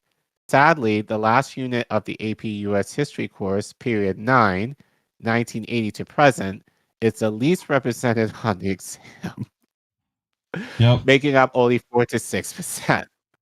The unit likely to be the most relevant to my students is the least tested, and preparing my students for the exam means giving it less emphasis in my classroom too. The race across time content demands the U.S. history curriculum have also meant that I had to cover a different historical topic each day. It means I have had little to no time to have my students currently study and recent history so that they can make meaningful connections between the past and the present. It's a frustrating state of affairs, especially when AP history courses are upheld as the model for educational excellence. The assumed supremacy of AP courses is explicitly reinforced through initiatives like New York City's push to enroll as many students as possible and implicitly reinforce it when its school's best teachers are rewarded by being programmed to teach AP courses. So we kind of talked about this last night. Yeah. Like you mentioned you wanted to take EP your senior year. Yep. But the powers that be at your school wouldn't allow you to. Well, see, shout out to Mr. Kirby. I know you're out there. You're on Facebook right now. You were the libertarian I argued with plenty of times. Been on Jeopardy. You can go watch his Jeopardy episodes. Won three days in a row. So good for Mr. Kirby. He told me, hey, you apply yourself this year, you know, well, I'm going to put you in like AP courses. Like, and like he talked to the rest of my teachers and they were like, okay. And so guess what your boy did? Applied myself. Like, you know. Was he the department head? No, he was just like, our school was small enough that like, it didn't matter if that was a thing. But like, he just knew I was capable. And with the way AP courses were being taught at that school, it was like, oh, learn your material, prove you know the material, you'll get good grades. Like, and he was like, you were capable. So I did that. Over the summer, they changed like counselors. So like I got mixed back into regular courses. And like, I was like, well, what the fuck? Fought to get back in those AP courses. And like one of the fucking teachers, like I didn't like me like moving up suddenly, you know? And like she had given all this reading material over the summer. She gave me like a weekend. I, of course, read the wrong book that weekend. Like, you know, and like had to write an essay, make it up, you know, off the stuff that they had covered like that day. Like she showed that like to a parent teacher conference or whatever. Like he shouldn't be here. And I'm like, anyway. So, you know, I went back to honors classes or whatever. So I should have done dual enrollment is what I should have done. Like, but I kind of mentioned this to you too. I only took AP US History 1 my sophomore year, but I didn't suck at it. It was just I just got C's because I hated US History. Now I know why I hated it. Right. But like I think I shared this on the show, and I'm sorry, I'm going to put some of my classmates under the bus. Some of them cheated, like in that AP class. So I didn't, except for one test, which I admit to. But it wasn't worth the shit that I got because people were like, because I was such a goody two shoes, that the idea of Collin cheating on the test, they were like, oh, what's up? And I'm like, you know, shut the fuck up. So like the irony of it is if I didn't cheat, I probably still would have done well. But I wanted to do whatever I can at least to try and boost my average grade. Still ended up getting C's though. So because I didn't do so hot, like I got demoted back to honors the following year for US History too. Yeah. But I feel like, as I told you yesterday, long digression, but at least in my school, there definitely wasn't pecking order in place. Like you kind of knew based on, I guess, personalities I went to old boy school, like who was going to go where. It was like the college prep kids, which were basically like the standard classes, then the honors kids, which were in the middle, and then within the honors sect, there were the AP set. These were like the valedictorians, like the top of like within that honors group, which I wasn't a part of. Like I was adjacent to, but wasn't a part of it. But I think I also kind of told you, I think in your experience, like I'm kind of knowing it from the admissions side of it. It looks good. It looks good for schools to have, oh, we had this percentage of students take APs and a great number of them pass with 4s or 5s in order to go to these colleges and all that kind of stuff. So my guess is, and again, shout out to your teacher for having faith in you. Yeah. So it sounds like the administration didn't do their due diligence. Kirby was dope. Like, he used to drive from Gainesville to Live Oak every day. Like that's like a 2.5 hour drive. Like was wild to me, you know. Anyway, sorry. Continue. No, but yeah, I just felt I feel like I think in your case it was kind of like my guess was you were kind of viewed as a kind of a risky bet. Yeah. Because if you didn't do well, it would look bad on the school. Right. Like, so I don't think it sounds to I'm just speculating here, but it sounds like they may not necessarily wanted you to take that risk, especially given that that was your senior year that you were requesting. Like in my case, like, and I feel like you're kind of looked at for APs you even as early as your freshman year. Yeah. Like given your caliber, you know, what you're able to do. Like you're almost kind of pegged to be in these placements really from the time you start high school. So, which I don't think is necessarily fair because it wouldn't give, because someone like you who did apply yourself and wanted to should have had the opportunity to. Yeah. But again, but I think it's kind of like even within that kind of supremacy that you can kind of see even in that, like they are like, and again, it depends on the school. And let us know in the comments, especially if you, well, classes in general, if you felt this way. I felt like for certain students, it was pretty much you're kind of stuck within this placement of dumb kid, smart kid, and exceptional kid. Yeah. And it was very hard to kind of it was very hard to move within that pecking order unless like something happened to you. We all know because it was very clearly who was in those classes were all the fucking affluent kids as well. Like, right. You know. Well, here's the thing. Like my school in of itself was affluent. So like, so that wasn't necessarily the issue. Like pretty much every boy there had the capability, some kind of questionable, but like I would say the majority had the capability. That being said, like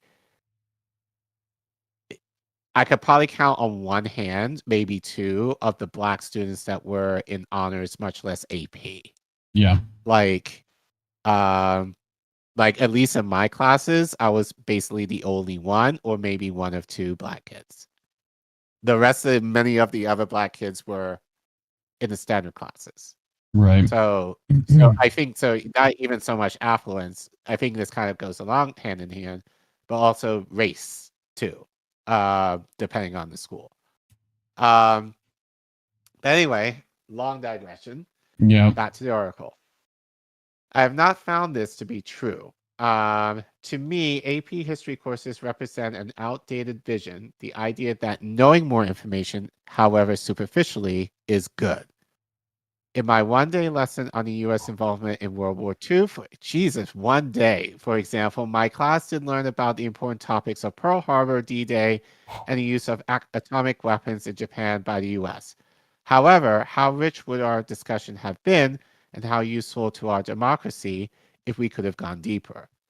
If we could have asked questions about it ever was justified to kill civilians during war?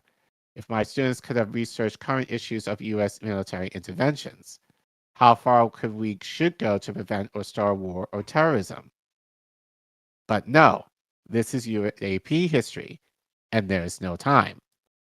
I'll argue it's not. I'll get into it later, but I don't think that's entirely it. Yeah. About time. I am totally in favor of students learning historical content. Plenty of research supports the importance of factual knowledge for higher level thinking and reading comprehension. Current and recent events are also historical content, though, content that students usually do not know much about. We also know that adolescents learn best when they find what they're learning relevant to their lives. But the AP course rarely allows us to make it to the present. The format means never giving my students today a chance to learn about such important relevant events as the end of the Cold War, September 11th, and the wars of Afghanistan and Iraq, Obama's presidency, or the Trump presidency, I assume, ever one. Yeah. It simply does not make pedagogical sense to leave the current and recent past the end of the year. That's why this year I opted to teach these more contemporary lessons first, albeit necessarily rushed, as an entry point to other content. I am convinced that a more engaging course would prioritize deep learning and engagement by having students study fewer historical topics more deeply and including much more recent and current history. Every unit would include connections to more recent events. This is more straightforward than it seems. History happens chronologically, but history is not the events of the past. It is the study of the events of the past. We experience history by continually bouncing back and forth cognitively between the past and the present. In my dream scenario, high school history classes would allow students to engage in, you can zoom out, civic action as they sow connections between history, their lives, and their hopes for the future. Imagine a course where students spend 4 to 6 weeks on a racial justice unit, where students learn about Reconstruction, the civil rights movement, and choose a current issue of racial equity to research. Students could connect with an organization that is working on that issue, take some action on the issue, and write a paper reflecting on their experience. This is the type of class I think my students need. I know it's the type of class I need, and I think it's the type of class that our country needs. So I'll get more into the tweets I saw in a minute, but I think Jeremy was just kind of touching the surface of it. I don't think it's necessarily time that in teaching all these things, although I think it's definitely a part of it, but I also think that maybe the superficial part of it.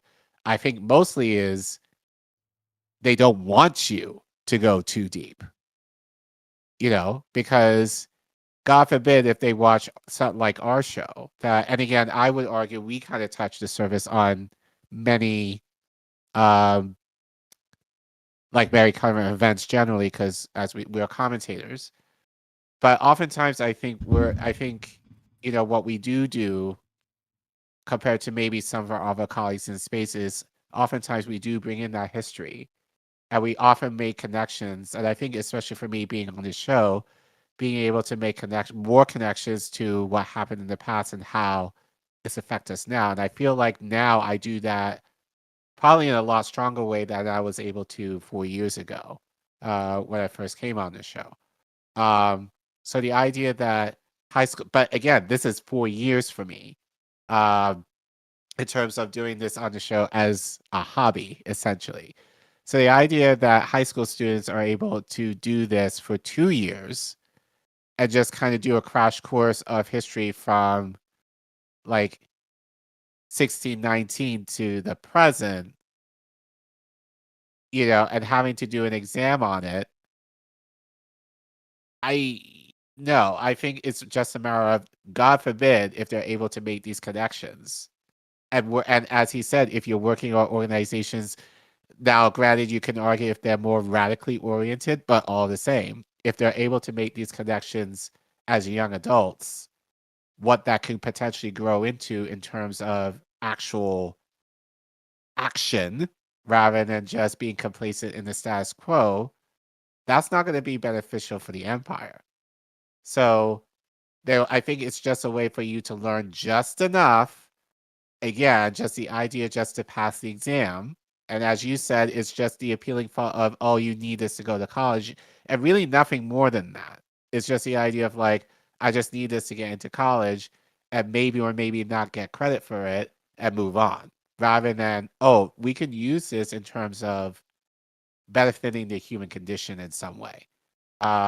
I kind of think that about a lot, but that's not limited to history. I think that's generally more generalized within our education system as it currently stands. So, but I thought it was kind of interesting to kind of think of it in this way, in terms of, as he said, APs is like the gold standard. But yeah, I would also argue now, in like retrospect, I probably was better off not taking or not being able to finish my AP US history class. And given the year that I had in it, I hated it. And now I understand. All of that aside, I just didn't talk about slavery much at all. The things that would have benefited me were mentioned. But funny enough, I think I said this on the show too, I loved world history my freshman year. Because you were able to make these connections to other cultures and all that kind of stuff, which fascinated me. But then you don't really do that in US history. It's just America, and like, and just kind of that isolationist standpoint of how, in a lot of ways, we're great. Yeah, we may have sucked at a few things, but we're mostly great, and no other country can compare. That's kind of how I felt, and so I really I had out of like all my history teachers were like, I lived in one of those southern schools where like the football coaches all needed a job at the actual school. So like they were all the history teachers, like, yeah, and like they never really did the whole like standards thing. It's like they saw like the Florida State standards. They were like, I got it, and like I ended up getting a pretty decent, like they would actually teach history, and most of it was like there was no worksheets, there was no whatever. It was like, listen to my lecture, take notes if you want to. We'll have a test Friday, like, right. And that was like it for most of it, and did pretty well with that. I feel like they actually taught something decent, like American history was still very like rah America, but like, it's not, they actually did talk about like the bad bits and had discussions and, like interestingly enough. So, right. But again, I think the argument that Jeremy is making is if you had a student who wanted to make that connection to current events, especially now, like how well versed is a teacher able to go into that, or more importantly, willing to talk about it? Like, let's talk about what's happening in Gaza, for example, or this current war that with Iran right now. Like, are they going to mention like the idea of this genocide has been perpetuated for close to 8 decades, like in Palestine? Are they going to be willing to talk about the resources that America is trying to exploit? And again, you can bring that back to the past, like, but I think the idea is that this is necessary in terms of our progress, but never in terms of, or rarely it's spoken about in terms of the exploitation in order to gain that progress. So, I think that's always kind of how I viewed U.S. history. It was always for the benefit of America, but never to the idea of at the cost of exploiting others. Or at least it was mentioned a little bit, but kind of, okay, I said it, moving on. Well, so speaking of, really takes, you brought this. yeah. So again, I'm not sure if these were bots, but all the same, still interesting. So in response to the first tweet that I started the segment with, at IB Making Stuff, said, my AP history teacher locked the door on day one and said, I may be white, but I refuse to lie about this country, so we will not follow the curriculum. How many of you have heard of the MOVE bombing? So, or the, so again, is it Tulsa? Right? Yes. Like that's another option, so like Emmett Till. I had to learn about Emmett Till from Dave Chappelle. That's who I learned about Emmett Till from. Like, not one time was that ever brought up in any like discussion, Right. I mean, we talked about Robeson like last month. You would think, given his prestige, especially for me living in New Jersey, like again, I only knew of him as an actor, but not for his political stuff at all. Like, Dustin. Like, and I'll argue again, a hidden figure in Black history that no one talks about, but given his communist views and like his solidarity with the working class, like it's not looked highly upon. But that's for me, especially like, because he grew up in my state. He grew up in Jersey. So it's like, you would figure that he would be a bigger name than what he is. Not a word. Actually, fun fact, I saw his book. at my local bookstore. I've been wanting to get it. I probably should get it the next time I go, assuming they still have it. You have another depiction of my AP history teacher lined up 10 chairs, told all of us to sit in one, and then picked a random student to sit in the other 9. He then explained, this is how wealth is distributed in this country. So, you know, capitalism. I had my civics teacher was super young, and like was a kindergarten principal, and then came over to like teach high school, right? And like he was previously like an Olympic level hurdler before he like got injured. You know, weirdest body on a human I have ever seen, just all leg, right? Like, but he was one of those teachers too that was like, now y'all gonna learn today. I'm gonna teach y'all some real shit. So because there was no student standards on like civics at the time, you know, right? So he could do what he wanted. So anyway, but yeah, so all education is propaganda and a factory to continuously produce the social apparatus. AP US History contextualizes all education given to the conceptualization of the American state, which is what we've been saying. You know, it's like, it's not just the AP classes, you know? It's all education. And I've said this on the show many times. Yep. Like, oftentimes, like, you know, I am very grateful that I'm at the school that I'm at, that I have complete control over the mostly, like complete control of the curriculum, and I'm able to teach in accordance to what my kids are interested in, which is lovely for me. But that's not the reality once they leave me. So, you know, but again, I have that privilege because I work in an affluent public school. Yeah. So, you know, I'm not going to have that opportunity of working at like a low income school ever. Maybe in very rare cases, if there are any, but not likely. So, you know, but again, it's the idea of forcing children to think in a certain way in order to do well, mostly for a standardized test, which is not what it should really, and in all honesty, should be about. But that's the draw. And that's the draw for AP, especially if you're an upper climber wanting to go to college, that this is what is needed in order to boost your profile for a college that you want to go to. But the cost that you're kind of forced into this line of thinking that may or may not necessarily be correct. And more importantly, it prevents you from thinking more in a radical way, unless you have a very gifted teacher who is able to teach you otherwise, or at least kind of lead you on the path towards that, is very rare, in my opinion. So, but again, I thought it was interesting. Like, this is kind of like, I wouldn't say not typical. I think we definitely don't think things that are typical here. But I think it's kind of interesting because I think this is kind of the root, in a way, of why we do this show. Because we wanted to highlight voices that are not otherwise heard, or bring in perspectives that are not otherwise featured, especially in the mainstream press.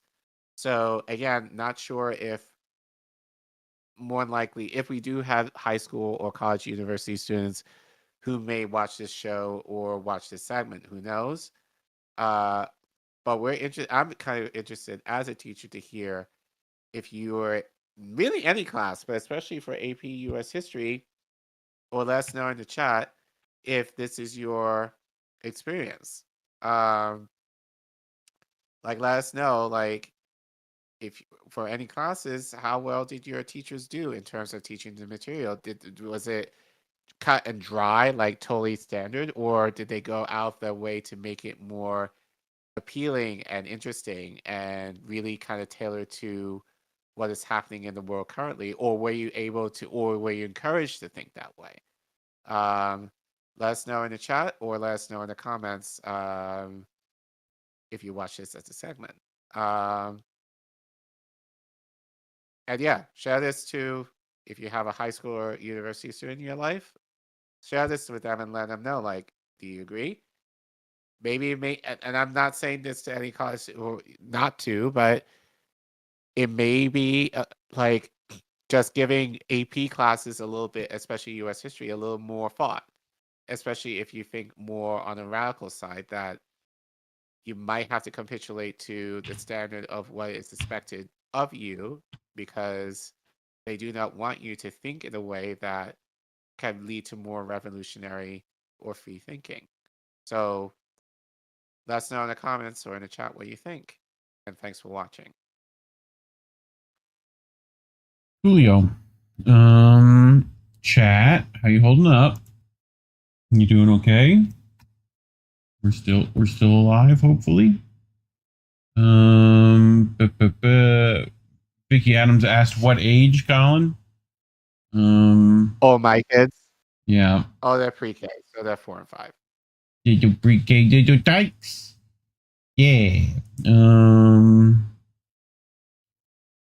But you know what? Even with that, like, I'll say this real quick. You know this, Reef, because I asked you to help me with this. So, like, Yeah. we last month was Black History Month. We had to do an assembly. Like every class had to present something in relation to Black History Month by an era. So for pre-K, we got like the 1900s to the 1920s.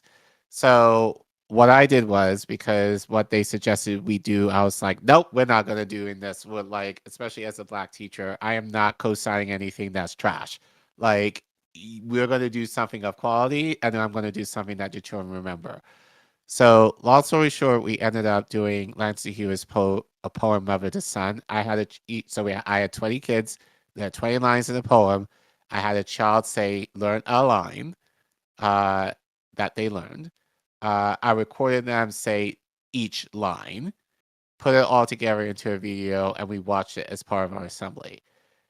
And sounds simple enough, but given, of course, those of you who know Mother to Son, the iconic line, "Life for me ain't been no crystal stair," like, it was a high, like, Reef saw it. Like, it was a highlight of our assembly. My kids were the standouts of the whole thing. And I had parents come to me afterward and say, like, because I inserted, with Reef's help, Martin Luther King kind of talking about the poem that I inserted in with the kids saying the poem. Right. And I had a lot of parents who commented that the way, first of all, surprisingly, the children were excited to learn the poem because we talked about it in class. We analyzed it. You know, they learned a little bit about Langston Hughes and his life and like why he was writing his poems. You know, but we talked about it in terms of, you know, like, and the kids said, you know, like from that poem, they wondered, I wonder if Langston wrote this poem in honor of his mom because she didn't have, these were 4 and 5-year-olds. Like, she didn't have her easy life. I'm paraphrasing what one of my kids said, you know, but I had one parent in particular say to me that her son, number one, demanded, because I sent the video home to the families for them, you know, to keep, because that's something they should have. But the mom said that her son demanded that they watch this thing at minimum 15 times with the family. But they have had conversations about Langston Hughes and Dr. King and what they stood for at home. This is a white kid. Yeah. So the idea that I was able to do that, again, these are 4 and 5-year-olds. Like, I think for me personally, just really touched me, you know, just because of its significance to me in terms of Black History Month. But that's what education in my mind should be. Like, it's the idea of relating to history, as Jeremy said, and bring it to the present. We talked about, you know, obviously, like, long time ago, and including today, there are people who have darker color skin, like, who are being segregated against. And we need to do our part to combat against that. My kids have a responsibility to be allies against that. So looking at these people, but kind of relating it to current events, was what I was able to do for 4 and 5-year-olds. So if you're able to do, so if I'm able to do that, they should be able to be done in high school and beyond. Yeah. Again, the problem is we're telling it everything to a test. That is just the idea of knowing the information and regurgitating it, but not necessarily using that in a way that, again, my students are talking about the Paloma home. They're talking and relating to it. You know, we're not necessarily doing that with our students. So it's just kind of saddening to me, you know, like it's more or less how fast versus how deep. Right. But again, a lot of these topics within history, you could easily spend a year alone. But it's a good thought experiment to wonder, like, if you had that kind of time, what are you able to do? But I don't know. But food for thought, but I definitely don't envy having to make curriculum. It is always a difficult process. So even if you get to like teach what you want to teach, you know. So right. But even with that, it's like, what sources do you use? Who is credible? Like, these are the things that, you know, and I had to do this as part of my coursework. Like, but there's so much you have to consider in like create curriculum, and especially for me, having to kind of create curriculum basically many times on the fly, depending on what's happening and having to find material within days in order to present it to them. Which in a way is kind of fun because more often than not, I'm learning alongside the kids. Yeah. Which you kind of know because for the conversations I've talked to you about. Mm-hmm. But again, it's the idea of having that. But that's the key. Like, I have time with my kids to do that. Once they leave me, they're not going to. So that's the difference. Although, as I said, that's on the surface of. So, getting to our next story, if you've been paying attention to the news on Twitter, you probably saw this headline of these, I think it was like, 187 Iranian girls, something like that. My number could be off. Well, at least. Yeah. At least. And that might not even be accurate. So 168. That's what it was. So in this strike of Iran, where they bombed a school, which, you know, they're really taking after Israel. But the U.S. used CLAUDE AI to target this place, at least partially. So we'll get into the specifics in a second, but like, I've been seeing a lot of this CLAUDE AI, as have, you know, plenty of people around us. Like, it's being pushed pretty heavily. You know, it's getting into all the algorithms. So as the new hotness, old and busted, new hotness. But we're going to get into it. So this is from Council of State Media, right? Go support Ricky over there. Links are always in the doobly-doo. So it's been a couple of days since comedian Omid Jalili launched a bizarre attack on Zach Polanski, accusing the Green leader of spreading misinformation on Twitter. Polanski had called out the Epstein axis over the bombing of a girls' school in Manab, southern Iran. His post clearly upset Jalili, who offered a bizarre conspiracy theory that the Iranians deliberately bombed their own school and filled it up with bodies they had kept on ice after the recent protest violence. This is one of those things of like, I think thou doth protest too much, right? Like, it's always one of those things where it's like, this is what they think other people do because it's what they do, right? Like, does that make sense to anyone else? It's like their own head comes up with these kind of solutions. So, but Jalili's rant gained a ton of traction when I hope was down to bot activity rather than real people being fooled.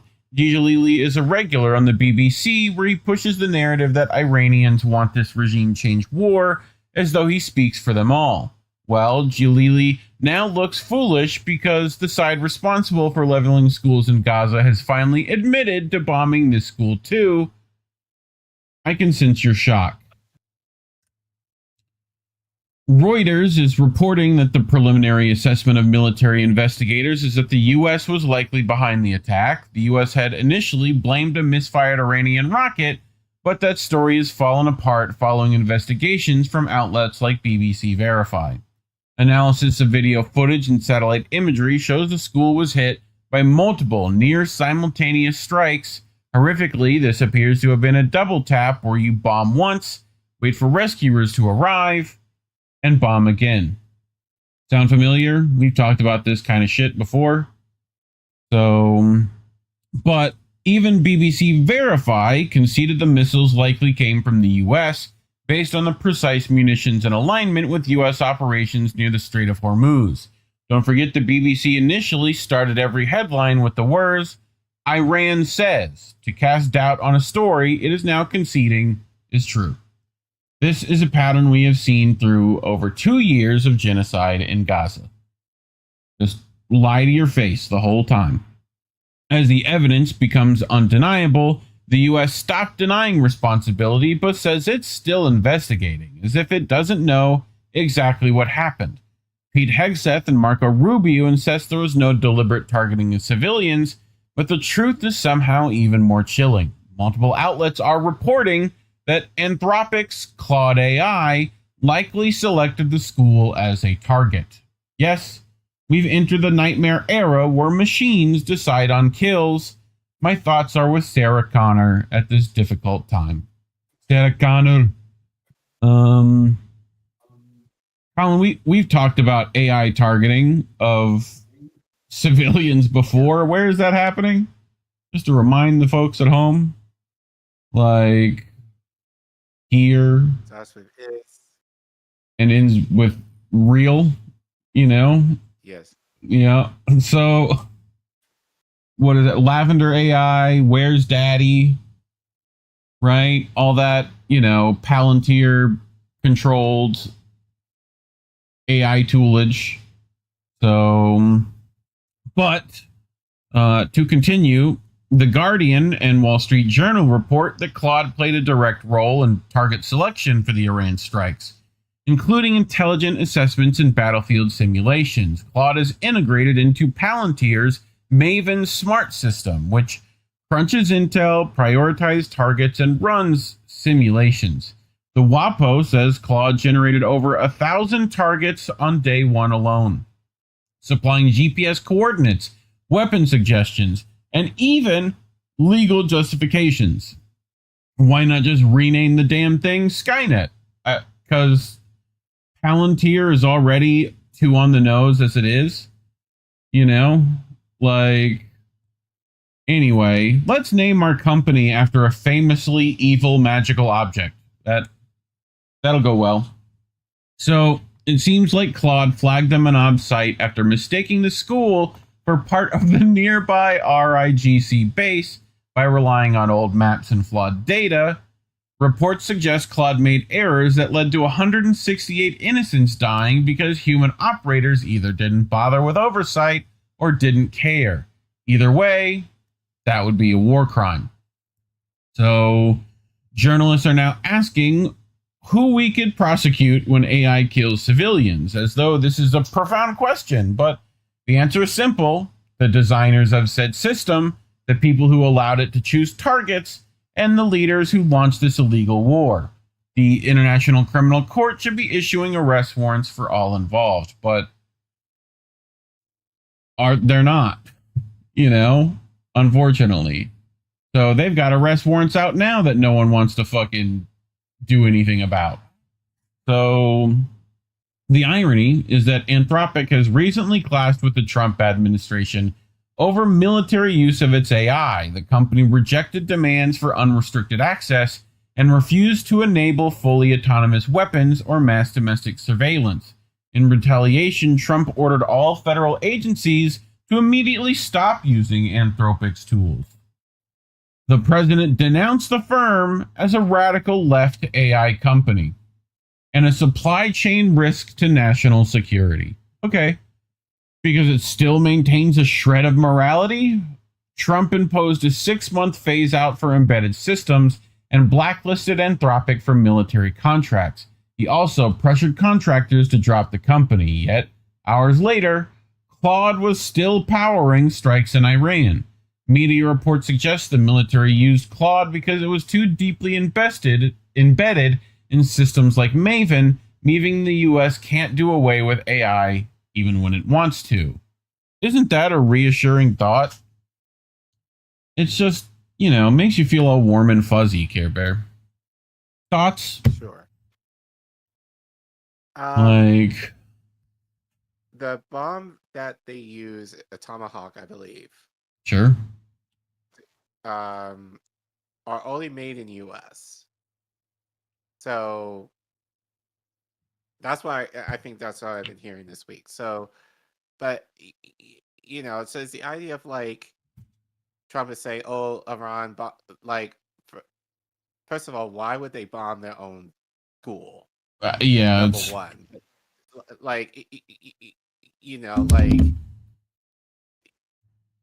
but number two, like, even if they did, that doesn't give you an excuse to go in and kind of counter them. Like, if they bomb their own, like, we don't care about brown people like that. So, like, why would you care if they bomb their own thing?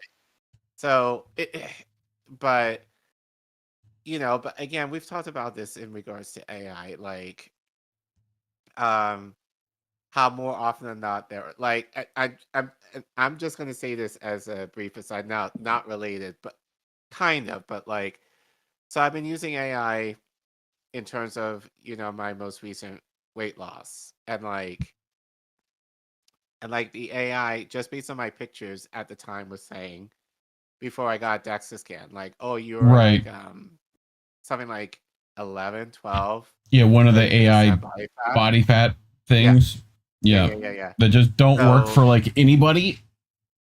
So like, but then when I got my DEXA scan, I was like 18, like last month. So the AI was off, like, not by a lot, but like off enough where now you can argue because I look a certain way of what is typically at a lower body fat, sure, but you can argue with the DEXA scan it's not perfect either, but like, probably a lot more accurate than what the AI proved to be. But that in of itself is the issue. It's like, it's still a developing format where it's not going to be that precise yet. So the idea that people are using this in terms of war, where there's that potential of something to go wrong, is kind of frightening, especially since it has no regulation right now to be used. We've talked about ways properly. Israelis admitted in like, what is it, 972 mag or whatever, where they were like, yeah, we maybe look at these things less than 20 seconds apiece before like sending them to enact the violence. So like, they're not double checking and reviewing, and they're not doing any of that. They're think for me, that's what they want. Do the thinking for me. So crazy. But anyway, wanted to cover that because I feel like CLAUDE's getting pushed around everywhere, and you might as well be aware of its own use in our U.S. military. So, but yeah, talking about that is why YouTube keeps us shadow banned, and they had us demonetized for some reason. They remonetized us because they need their cut, Care Bear. They need to take their 30%. So if you want them to not get your money, you can go to code-v.com/Indie News Network or scan that QR code on your screen, and it all goes to us. Isn't that nice? But otherwise, like and subscribe, share this video, leave a comment, let me know what you think about all this nonsense. Otherwise, thanks for watching. Ew. Yeah. Oh. Sean said, takes one to know one theory. Yep. That's what it seemed like. Why would they bomb their own school? Because it's what they would do. You know? They do shit like that. So, anyway. They said they only had logistics from 2015. Bullshit, says Vic Adams.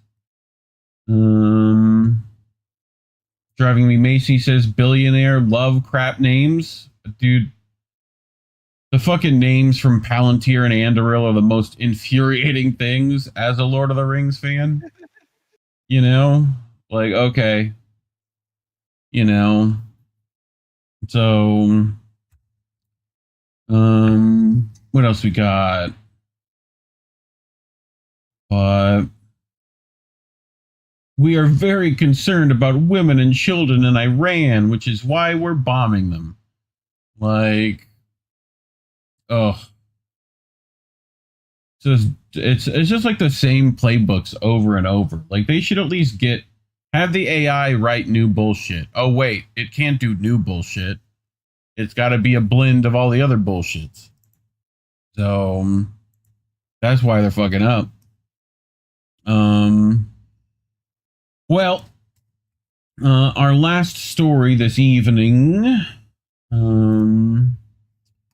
So, Colin, a lot of stuff is being thrown around Iran's nuclear capability. Especially Israel loves to talk about how they might have nukes any minute.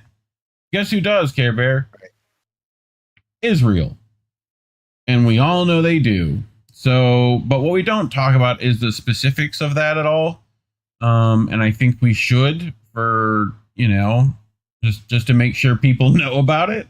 So this was written by Tariq Sharef. I hope I got that name right. In Andalu Ajanzi. So whatever that is, I've not heard of that, but, you know, I'm sure they know their stuff. So they're going to talk about Dimona, right? What to know about Israel's nuclear site. So, which, you know, they didn't Israel try to bomb supposedly an Iran nuclear facility for, you know, enriching all their crap.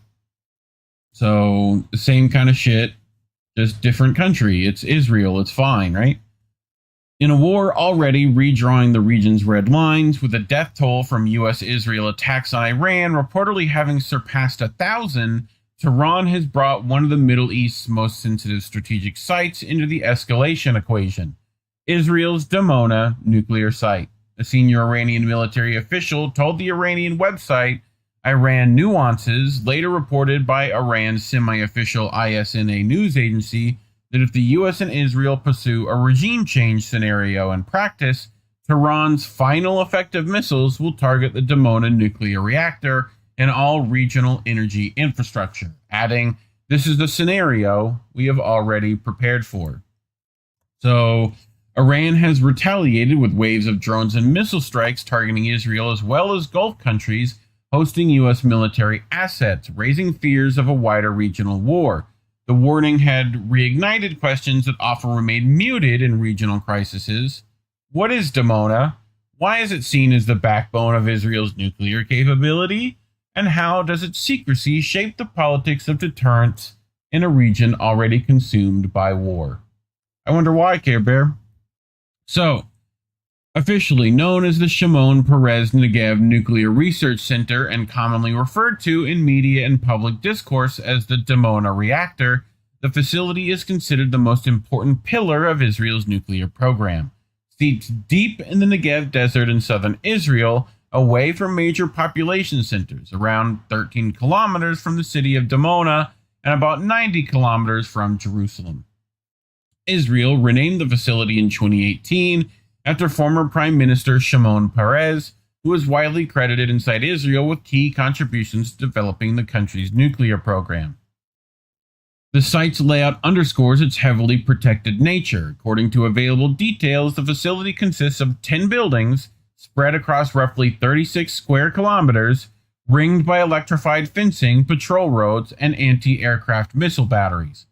It also includes 8 underground laboratories dating back decades with around 2,700 scientists and technicians to work there. Israel's push towards Dimona dates back to the early years of the state.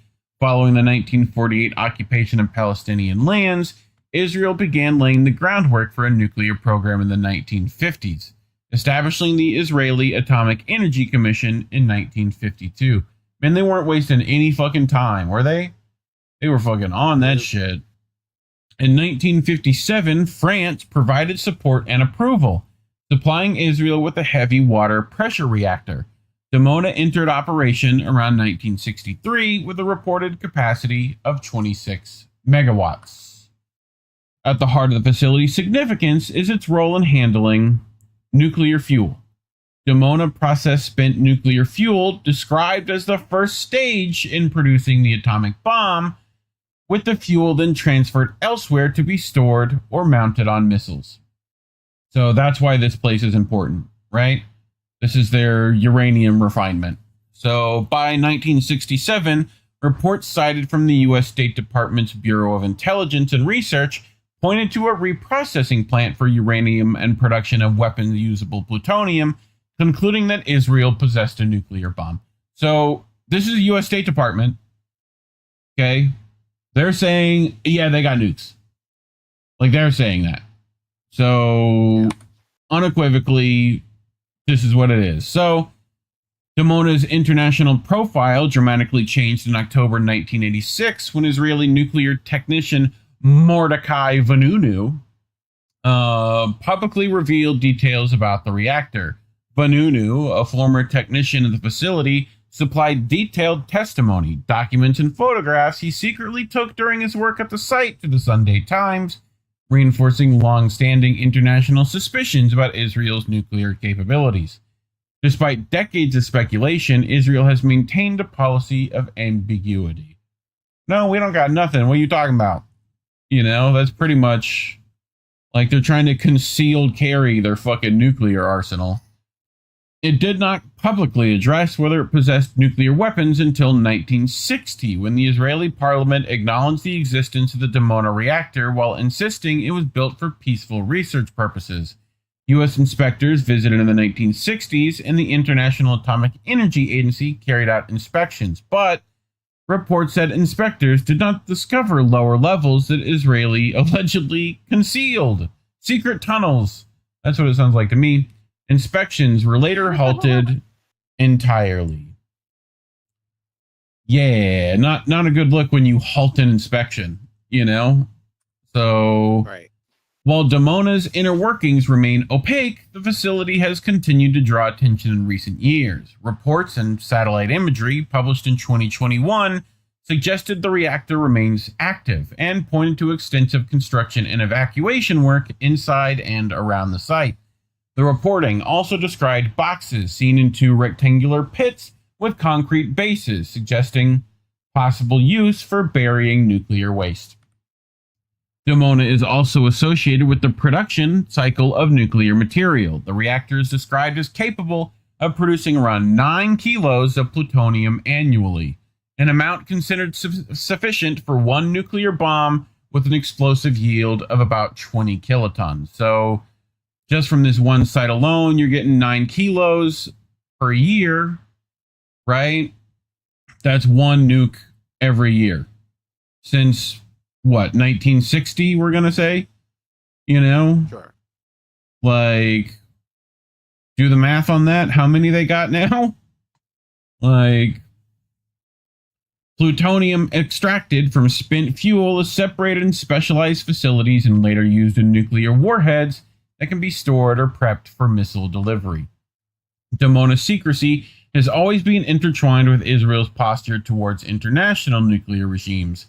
Israel refuses to sign the Treaty of the Prohibition of Nuclear Weapons and remains outside core non-proliferation frameworks that apply to many other states, fueling recurring regional arguments about selective scrutiny. In 1996, Israel signed the Comprehensive Nuclear Test Ban Treaty but has never ratified it. In 1979, a mysterious double flash detected over the South Atlantic stirred suspicions of a covert nuclear test, allegedly involving Israel and apartheid-era South Africa. The incident has never been confirmed, and Israel did not deny it. Why would they always got to work with the racist assholes? Why is it always them? Like, let's go. South America will help us. They like us. Fucking Jesus Christ. Without official confirmation, Israel's nuclear arsenal remains a matter of estimates. However, the Stockholm International Peace Research Institute included Israel in its list of nuclear-armed states in June 2025 and assessed that Israel possesses more than 80 nuclear warheads. 80 of them. 20 kilotons apiece, I would imagine. That's a lot. Like, that's plenty. You don't need more than that. So, yeah. According to the Institute's annual report, roughly 30 are air-deliverable gravity bombs compatible with F-15 and F-16 aircraft, alongside around 50 long-range Jericho-2 ballistic missiles. The report also said Israel has stored fissile material sufficient to produce up to 200 nuclear warheads. So I imagine it's anywhere between 80 and 200 nukes.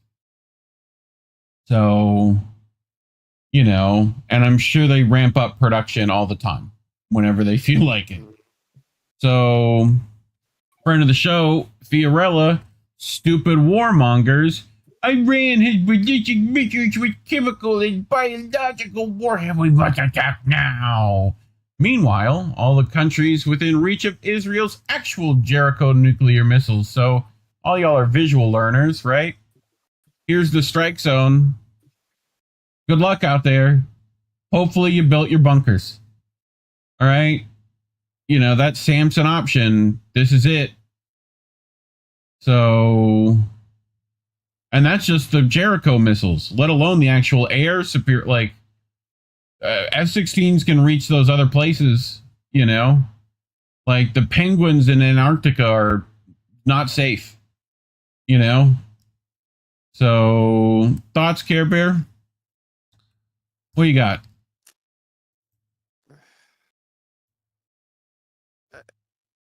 What do I need to say at this point?